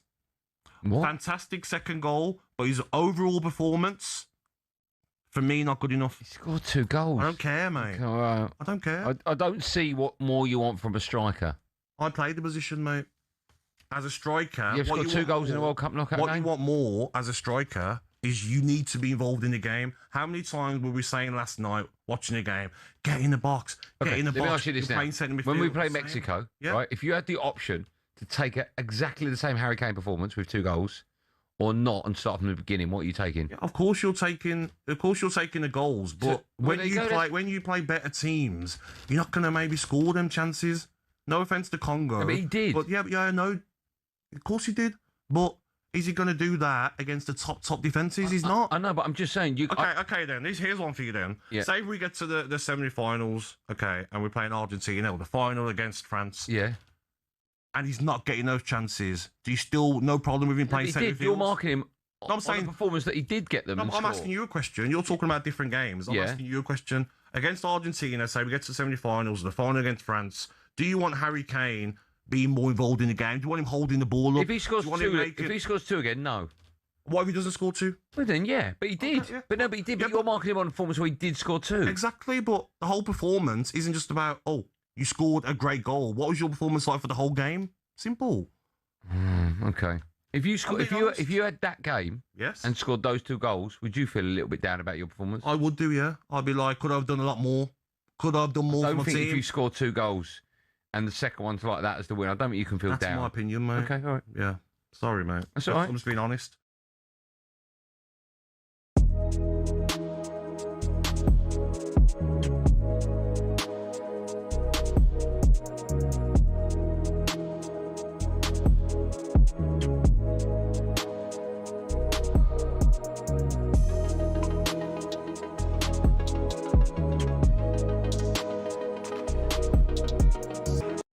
Ready to get that winning feeling with talkSPORT Win. This summer, talkSPORT is bringing you live and official coverage of every game of the FIFA World Cup 2026. And to celebrate, we're giving away £26,000 guaranteed. Go to win.talksport.com to enter now, and you could win 26 grand in your hand, tax-free. Enter now, and you could be the next to get that winning feeling, courtesy of talkSPORT Win. Find out how to enter now at win.talksport.com.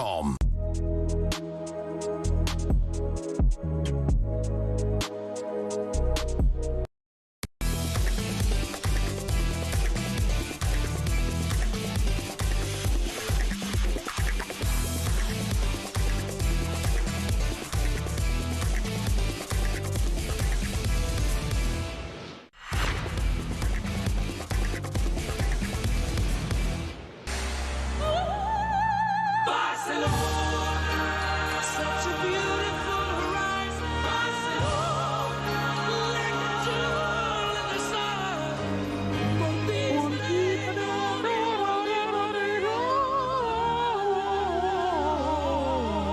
Jim joins us. Yes, Jim. Good morning Hello, to you. gentlemen. Scotland fan, host of the RGC Celtic Setting your podcast. alarm for 12:30. How are you, Jim? Well, I'm all right. I'm sorry, Max. I need to not dig you up, but you made me chuckle earlier when you talked about, talkSPORT listeners. They'll have climbed the mountain, they'll have done the Inca Trail, and I'm thinking, whoa. There's the man that doesn't know his audience. Whoa. I just said, you'd have done something. That was an example of something at altitude, right? Yeah, but come on, the Inca Trail. Come on, Come on then. Do us a favour. Listen, you can patronise our audience, but tell me, have you done the Inca Trail? 81089. Tell us what it's like. I took a party of talkSPORT listeners there only last year, Jim. How dare you? So first of all, I was watching the DR Congo game with Barry Glendenning, the Sunday warm-up, who's asleep. I think he's asleep anyway, in the room next to me in Los Angeles. And when Wissa missed that chance to go 2-0 up, he let out a very loud expletive beginning with F. How was that? How was that moment for you, Jim? Right, I need to explain something. In the Celtic world, we have a thing called Swedish rule. Now, it means, so I said to my wife, I'm going upstairs, I may be sometime. Oh, yeah. And I didn't watch it. Didn't watch the game? I couldn't watch because of Swedish But you rule. keep in touch with the game, so you know what the score is. Obviously, I was, yes. Okay. And my stepdaughter is half English, so I could hear from the yell downstairs that things had happened. Yeah, gone well. Right, things had happened. So I am in a WhatsApp group with some fellow Celt and an Oz person, some of whom you know, but Max and indeed Charlie. And the mood in the camp is, this is the game we're most worried about, because if you get past this one, we fear the like a German vegetarian, we fear the worst.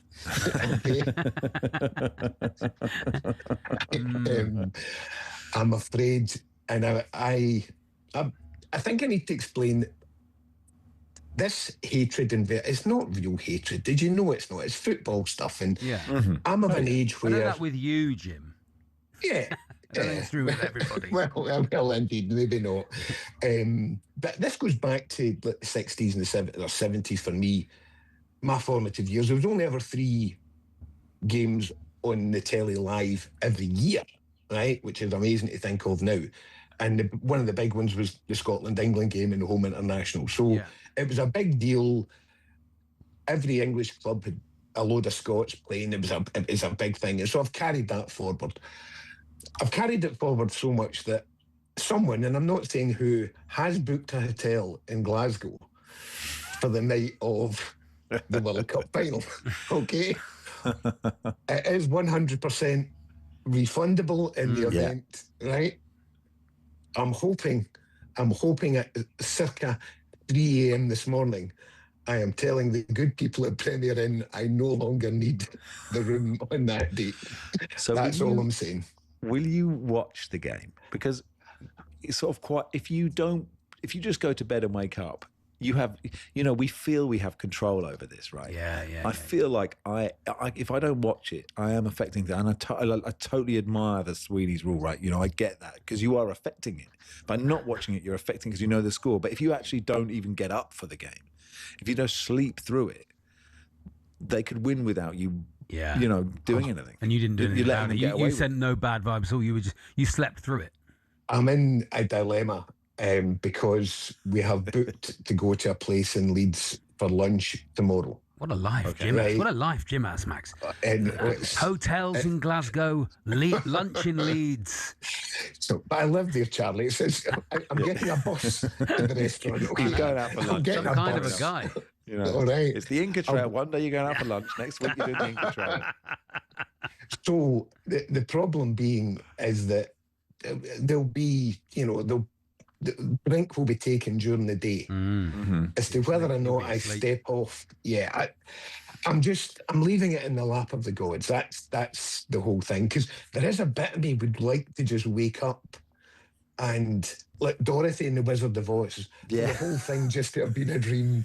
England are out, and I can now start enjoying the World Cup. Because as long as England are in it, because I go through the little when Scotland went in, I would love to say they enjoyed it. I didn't. I heard Joan Bruin earlier saying we didn't show up, and we went over this last week, I think, but we didn't show up, so I didn't get any enjoyment there. I can't get any enjoyment while England are still in it.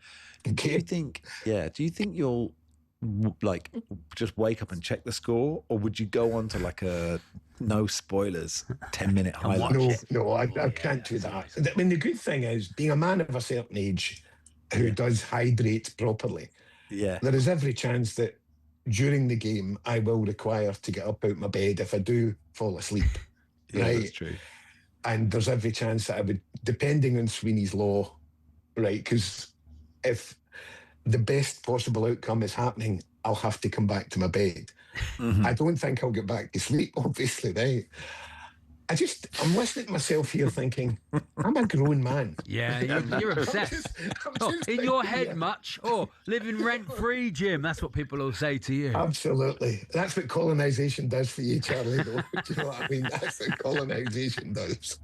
I'm going to text you the score every 2 minutes. Don't. That's why they invented airplane mode. So, sometimes I find this in Australia. I think I don't want to check the score because I think that's cheating. I need to just switch it on. Right? For some reason, there is a psychology of if I look at my phone to find out the score, that is different. I'm affecting it in a different way to if I just put the TV on and there it is. I mean, this is all mad. We're all completely mad. Well, is it chaos? No, which theory is it? Chaos theory. Chaos theory. What, a butterfly flies its wings, there's an avalanche somewhere else or whatever. It's that chaos theory. So if I get up to have a whiz at 2:30 a.m. I am affecting Mexico City. You are. And at 4,000 feet above sea level. We might get one of those 3 hour. I hope it has. I'm up for it if it does. Trust me, I am absolutely up for it. Given your age, I didn't think your prostate would be that strong, Jim, but there you go. There you go. I hope it is, Jim. I hope it is. So do I. To be fair, I've had it checked. Oh, good. I've had it checked. Do get it checked. Do get it checked. 2 fingers checked as well, Charlie. It wasn't even, good luck. you know. Whether you like it or not. 2-finger check. Yeah, good. That's good. And I've had the camera. Anyway, as feels well. like the right way. Seems like the right time to end this all, Jim. But I started it. Listen, Good hope man. your team get pumped, lads. There we go. That's the message that I would like you to take forward. You speak for many nations, Jim. Absolutely. Indeed. Cheers, lads. Scotland fan on how to hate watch these footballers. It is Max and Charlie with you until 1. Mike in Manchester. Here we go. I flew into La Paz in Bolivia. It's my first stop on a tour of South America. Now, that was serious altitude. We actually met you in South America too, Max. There you go. Oh, there we go. There you go. Was he doing the Inca Trail, though, is the question? No, it's not that. It's just, have you been up a mountain? Have you been out? It was good. Yeah. Kazakhstan, I was up at altitude in Kazakhstan. But we'll do this tomorrow. Do this tomorrow. Yeah, we're doing that. No, of course. Yes, so 1889. Someone who's done... Are you doing the Inca Trail right now? Please, get in touch. You're climbing those steps, 1889. Will Max you be and Charlie, booking the Inca Trail because of this programme? talkSPORT have teamed up with the Peruvians to do the talkSPORT Inca Trail. If you just go to talksportwin.com, it is Max and Charlie here until 1. We'll look ahead to Canada, Morocco in just a second.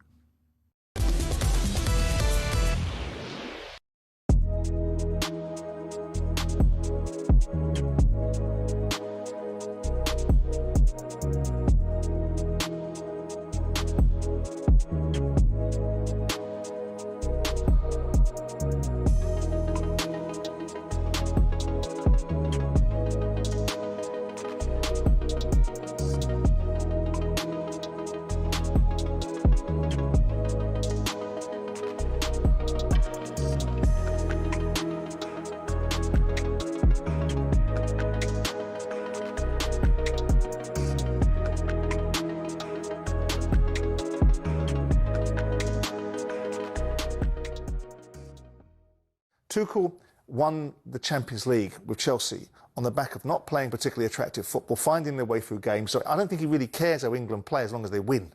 And that's his mindset. And he will take the positive out of it. We won. We kept on going towards the end. Well, so you should. And with due respect to the Congolese, their game fell away as the game went on and they became stretched and tired. And for whatever reason, England were able to get themselves back in the game because of the excellence of Harry Kane. Poor goalkeeper on the first goal, which got us back in the game.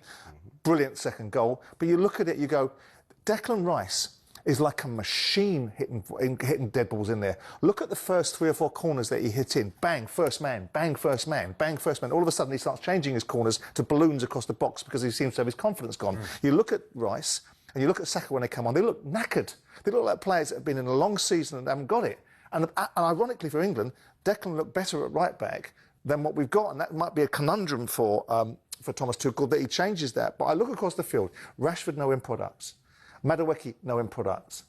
You know, you look defensively, the goalkeeper doesn't worry me so much because goalkeepers make mistakes. That's what happens in games every now and again. And sometimes Pickford makes wonderful saves. But I look at it and say, that is not a team, in my minds, that has any chance of winning this World Cup when it comes up against serious opposition. What makes this remarkable is how differently you two see it. Well, I think if you're English, you're going to see it with emotion as well. And I don't have any emotion in this. Like the only person on the whole team that I played with and know is Harry Kane. I want him to do well, and he is doing well, and he's scoring loads of goals. But I don't want him to do well so much. But Simon's assessment, it's not just emotional, Brad. No, it's kind of on the money, isn't it? Well, his assessment is his assessment. It's his opinion, and he's right about a lot of the things. Do you not think there feels an awful lot more wrong than right about this England side? No, see, that's where we're going to differ. I don't think. I think defensively, and especially the right back, I think they're having a hard time.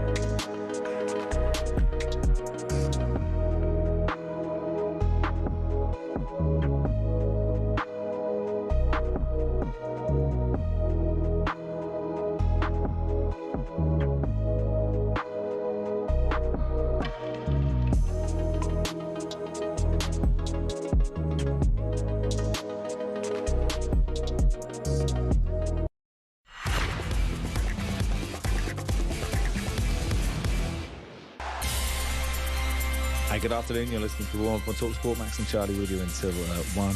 Tux says, I've done the Inca Trail and climbed Kilimanjaro. Thanks, Tux. Both are tough and tiring. When I got to Machu Picchu with my then girlfriend, I stumbled with tiredness onto one knee and said, Will you carry me? She heard, will you marry me? And 18 months later, we are husband and wife. That's what altitude does for you. That's what he says. Good luck. So thank you, Tux. Anyway, let's look ahead to Canada, Morocco. Jalal Benoit is a Moroccan football expert, an analyst, and joins us now. Jalal, how are you? Hello. Thank you. Thank you so much for having me. Oh, you're very welcome. Pleasure.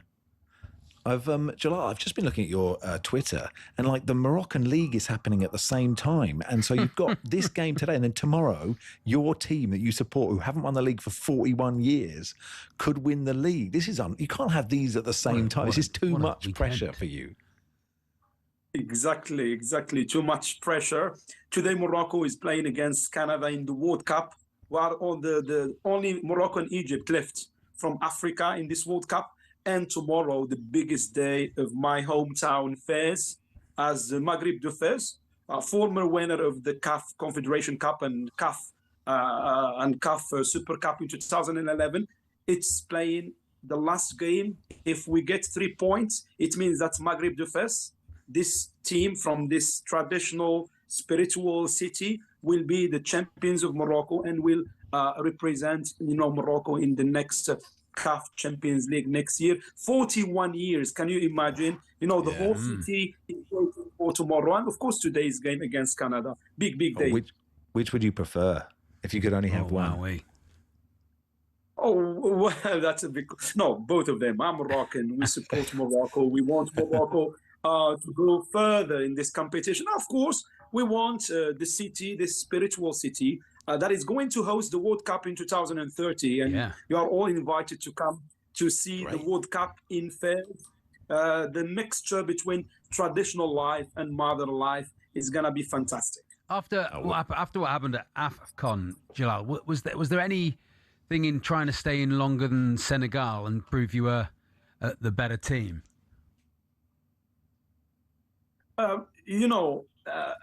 It's always a clash here in Africa, which team is better.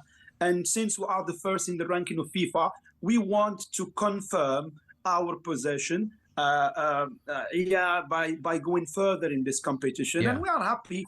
We're not happy because other African teams were eliminated, but we are happy that Morocco is that we are confirming that what happened in Qatar in 2022 when we reached the semi-final, it was not by accident. No, now we are confirming that Moroccan football is doing well, and Morocco has invested a lot in developing Moroccan football, and now we are reaching this stage, and why not? We can go further, beat Canada. Why not even beat France? Why not? Football is 90 minutes. And that's it. It's really a big rivalry here in Africa when it comes to AFCON and the participation of African teams in big tournaments like the World Cup. Do you know what's interesting is, though, I mean, you did amazingly to get to the semi-final last time, but the football you're playing has changed. You are much more... possession based. You can be a thrilling team to. I think Saibari is playing so well, but you are a really excellent team. Yes, thank you so much for this remark. Morocco in 2022 is not Morocco now in 2026 for different reasons. One of them is that the way we play. In Qatar, we used to play defensively with Coach Walid Regragui. He was known for his defensive style and relying on counter attacks to score and relying on moments when the opponents are not good, then we can go forward. But with the new coach Mohamed Wahbi, by the way, Mohamed Wahbi is the winner of the Under-20 World Cup with Morocco. That's why he was given the senior team. He won the World Cup, the Under-20 World Cup in Chile, and then the Moroccan Football Federation gave him this honor to lead the senior team. And Mohamed Wahbi here in Morocco, the coach of Morocco, we call him the professor because he has a lot of ideas. Yeah. And he plays forward. He can change games. He reads very well the opponents. And of course, with some quality players like Ismail Sibari, by the way, he was heavily criticized with Walid Regragui and the coach Walid Regragui because he was not that decisive. But now with Mohamed Wahbi, with the new coach. We can see that Ismail Saibari, who has just joined the German, giant Bayern, by the way, he is doing fantastic goals so far, 3 goals in this competition. The first African player, Arab, Moroccan and African player, to score 3 goals in 3 games in the World Cup. Big achievement. And also he scored that decisive penalty against the Netherlands, and now with Ashraf Hakimi, with Brahim Diaz, and with quality defenders that we have this mixture between defensive style and also attacking style. And we here in Morocco, you have to see that Wahbi, as I said, is known as a professor. He is really very, very clever, and that's why we are supporting him. Yeah, I don't think you have anything to fear against Canada myself. You've played really good teams so far. Your run has not been easy, drawing with Brazil and beating Netherlands, obviously. I don't think you've got anything to fear. I think you're going through.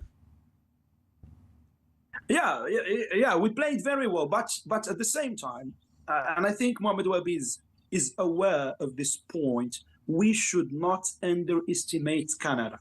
That's the main point today. If Morocco wants to win this game, we must keep our feet on the ground and play real football. Don't say, we are 7th in the FIFA ranking. We have beaten Netherlands, a better side. No. We have to come focusing, playing real football and studying the opponent. And of course, Wahbi has mentioned this yesterday in the press conference, that we respect Canada. Is a very good team, a very ambitious team. They are doing well in this World Cup, and football is 90 minutes. We should not underrate or underestimate this Canadian side if we want to go further in this competition. That's the main weakness we may face today. Yeah, I think you're right. I mean, Canada also lost a couple of, Kone is a really massive loss for them.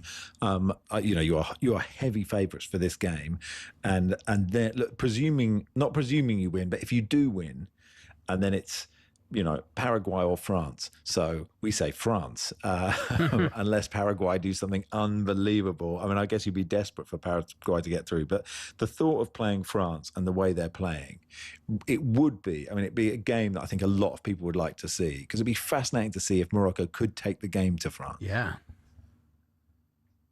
Look, we are Morocco. Maybe if you had asked me these questions 4 years ago or 5 years ago, I would have said, okay, we are going to be eliminated. But look, here in Morocco, we are Morocco. We are the champions of Africa. We are the semi-finalists. Even the game against France in Qatar in 2022, we played very well, but our players were not there. Some key players were absent during the semi-final, mainly in the defensive line, because we played with substitutes. Let me tell you that in Morocco, the main idea here, we are not scared of any team, and we believe in Wahbi to stop the attacking line of France. Even France, they have some problems. Mainly in the defensive line, they have some problems. They have some weaknesses, but we know they have the best attackers, the best forwards, the best players. Mbappe, Olise, Dembele, the Ballon d'Or winner. But football, as I said, is 90 minutes. We saw yesterday Cape Verde against Argentina, the winners of the World Cup, and they played very well, and they made it very difficult for Argentina. So we believe that Morocco can make noise, but it's too early to talk about France. Let's talk about Canada, because as I said, we should not underestimate the Canadian side. Yeah, listen, so nice to talk to you, Jalal. Good luck today. Jalal. Good luck to Fez tomorrow. And we're all coming round your house in 2030. We look forward that's to it. We'll be there. Welcome, and good luck for England. Thank you. We need it. Cheers, pal. Jalal Benoit there, Moroccan football analyst. Live commentary of that game, 6 o'clock tonight, Canada versus Morocco. And then 10 o'clock, live commentary of Paraguay versus France. If Paraguay did that, getting past Germany was impressive for Paraguay. But the way France are playing, it's difficult to look beyond France, unfortunately. But, you just need to have one game. Just need to have one bad game. That's what we need. if Mbappe has a bad game, Elise won't have a bad game. You just need Mbappe to have a bad game, Elise to have a bad game, Dembele to have a bad game, Barclay to have a bad game, Cherky to come off the bench and have a bad game. That's all you need. Even like Chouameni and have a bad game. We need, that's all we need. Yeah. Even Rabiot's playing brilliantly. They look amazing, don't they? The solution, says James, is quite simple. Next World Cup, we send the England camp out to Max's favourite place to get altitude ready, his moral high ground. Well, yeah. Not many places higher, that's for sure. Yeah. Do you like that, Charlie? That was quite funny. It was quite funny. It was funny, wasn't it, Max? I'm on your side, obviously, but sometimes you have to accept that was a funny one. Yeah, it was quite funny. But I was just thinking, what's wrong with I think it's quite good to have a high morals, isn't it? Isn't it? I think so. But it's not suggesting other. Well, is it? Because it's seen as a criticism. Other opinions are. I don't know. Take the moral high ground. Take the moral high ground. Well, that depends if you're a hypocrite or not. Yeah. Well, hopefully. What about the height of your ivory tower? we are all hypocrites, right? But hopefully, you're trying not to be it. You're trying to be kind, welcoming, and not a hypocrite. That's what I'm trying to do, James. Let's just be nice to each other. Be kind. Yeah. Try and have fun. Try and have fun and nice. Time difference. We'll do that next.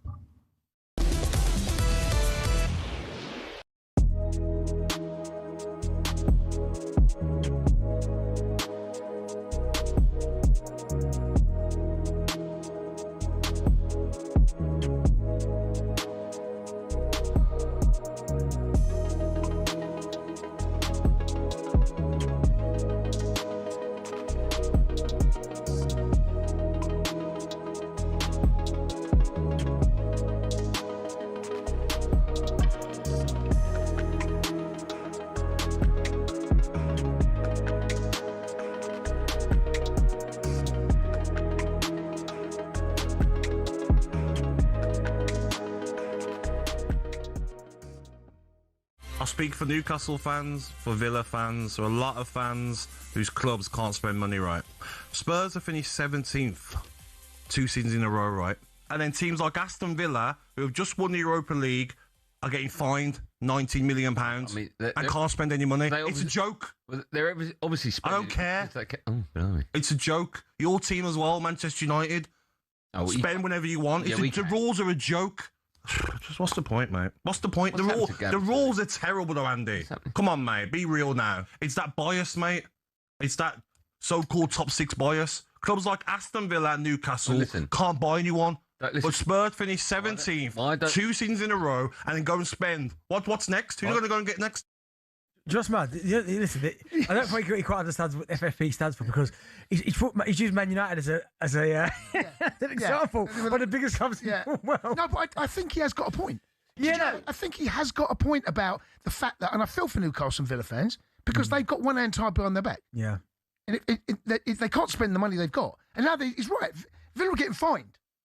Would they get fined 90 mil? It was a lot. Yeah, but it's one of them where. But the only way that obviously the club can grow is they have to get in the Champions League every single season. Now, with Newcastle and Eddie Howe, I feel for him because what's he supposed to do? You look at the recruitment they've had over the last few seasons where he's bought players for less and sold them for a profit.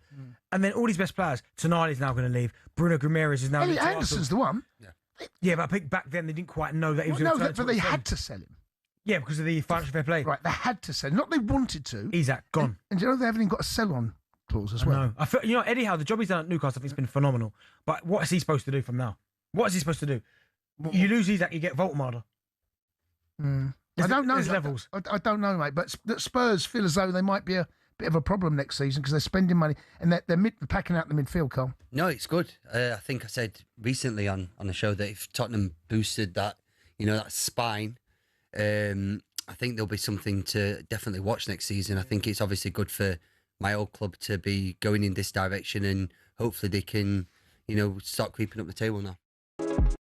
Get ready to get that winning feeling with talkSPORT Win. This summer, talkSPORT is bringing you live and official coverage of every game of the FIFA World Cup 2026. And to celebrate, we're giving away £26,000 guaranteed. Go to win.talksport.com to enter now, and you could win 26 grand in your hand, tax-free. Enter now, and you could be the next to get that winning feeling, courtesy of talkSPORT Win. Find out how to enter now at win.talksport.com.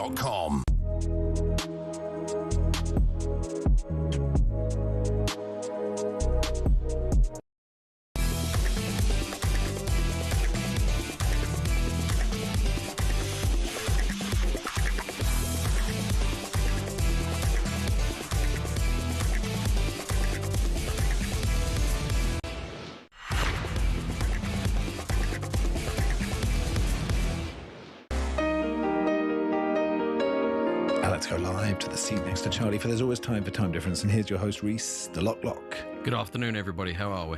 Hello. Very well, thanks, Reese. We'll be looking back on some of the big moments from this week's World Cup action across the talkSPORT network, and you'll be guessing in which minutes those big things happened. And helping me doing the important stuff is Jeff Peters. Oh, hello, Jeff. A very good afternoon to you, Reese. Good afternoon to you, Max. Good afternoon to you, Charlie. Max has won back-to-back time differences, but Charlie leads 11-10 this year. Winner. Good stuff. We start with the opening goal from Monday's Brazil to Japan 1 game on the talkSPORT network. But can you tell me what minute the Blue Samurai went ahead through Kaishu Sano? That is Max. Can you tell me that one again? Brazil 2, Japan 1 on Monday. Can you tell me what minute Japan took the lead? It was a good finish. I'll say 21 minutes. Charlie? 19th minute. Let's hear how it sounded. Running towards the edge of the area, scores. Sano gives Japan the lead, and the Samurai is silenced just for a moment. Absolute Regals. It's 29 minutes, 10 minutes off. Okay. Which gives me a score of 10. Is that correct, Jeff? It is indeed. Charlie 10, Max in the lead with 8. Our second goal. Good start. Well done, everybody. Good time differencing.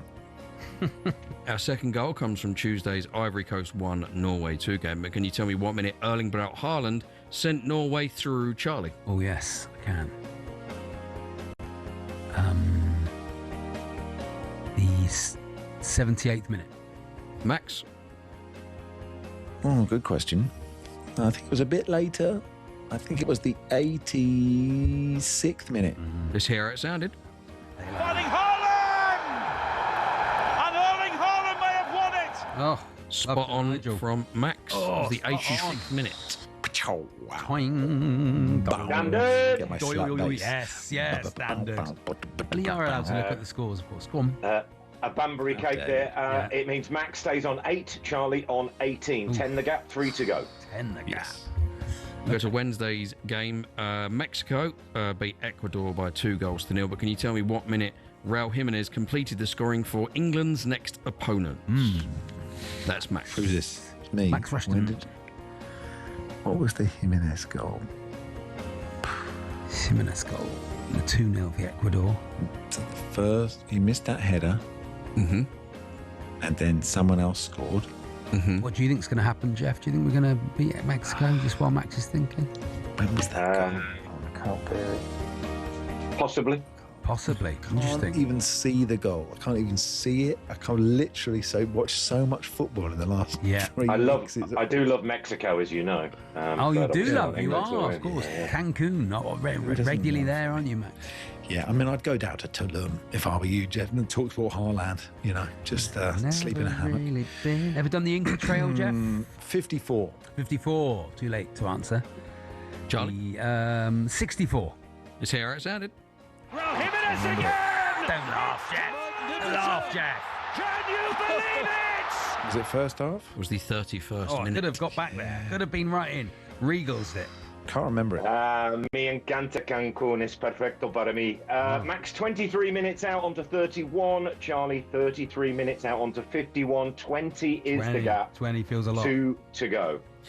We go to goal 4 from Thursday's Spain 3, Austria 0 game. But can you tell me what minute Spurs' Pedro Porro made it 2-0 to Spain? Charlie? I watched this. Watch this game. Spain 3, Austria 0. Felt like Austria gave up, really. Yeah. It was a header, wasn't it? It was. It was a header. It was a header, lovely header. I can't think when it was, though. Not a clue. 56. Max? Yeah, not bad, I think. It was the second goal, wasn't it? Yeah, I think it was about right. I go 50. I think it was a bit later, 57. Let's hear how it sounded. Baena deep inside the penalty area with the cross, headed in! And Pedro Porro makes it 2-0! Yeah, it was the 66th minute. So Max is 9 out onto 40, Charlie 10 out onto 61. 21 is the gap with 1 to go, and knowing what the fight. Yeah, that's true. Yeah, I can get it spot on, Jeff. So never give up. That's what I say. That's true. Never give up. It could still be a draw. Max all the is kids not I'm gonna trying lose to this. influence, all the kids I'm trying to influence, you know, never give up, guys. Never give up. Always believe. Play till the end. Goal number 5, England 2, Dr. Congo 1. Can you tell me what minute Kane headed England back into the game, Max? Yes, I can. 76. Charlie? I think it was 72nd minute. Let's hear how it sounded. It's Kane! Oh, thank goodness for that! Thank goodness for that. Thank goodness for that. How polite. Harry Kane with the equaliser. Go on, Harry Kane. It was the 75th minute. Oh, I had a chance. The It's door was finished. open. Max 41, Charlie 64. Max wins 3 in a row, and this year it is 11-all. Well done. What a game. Great time difference. Good time difference. Thanks, everyone. Thanks, Charlie. Thanks, Lovely Jeff. show. Thanks, Reese. Thanks, See you tomorrow. everybody. Yep. Have a lovely day.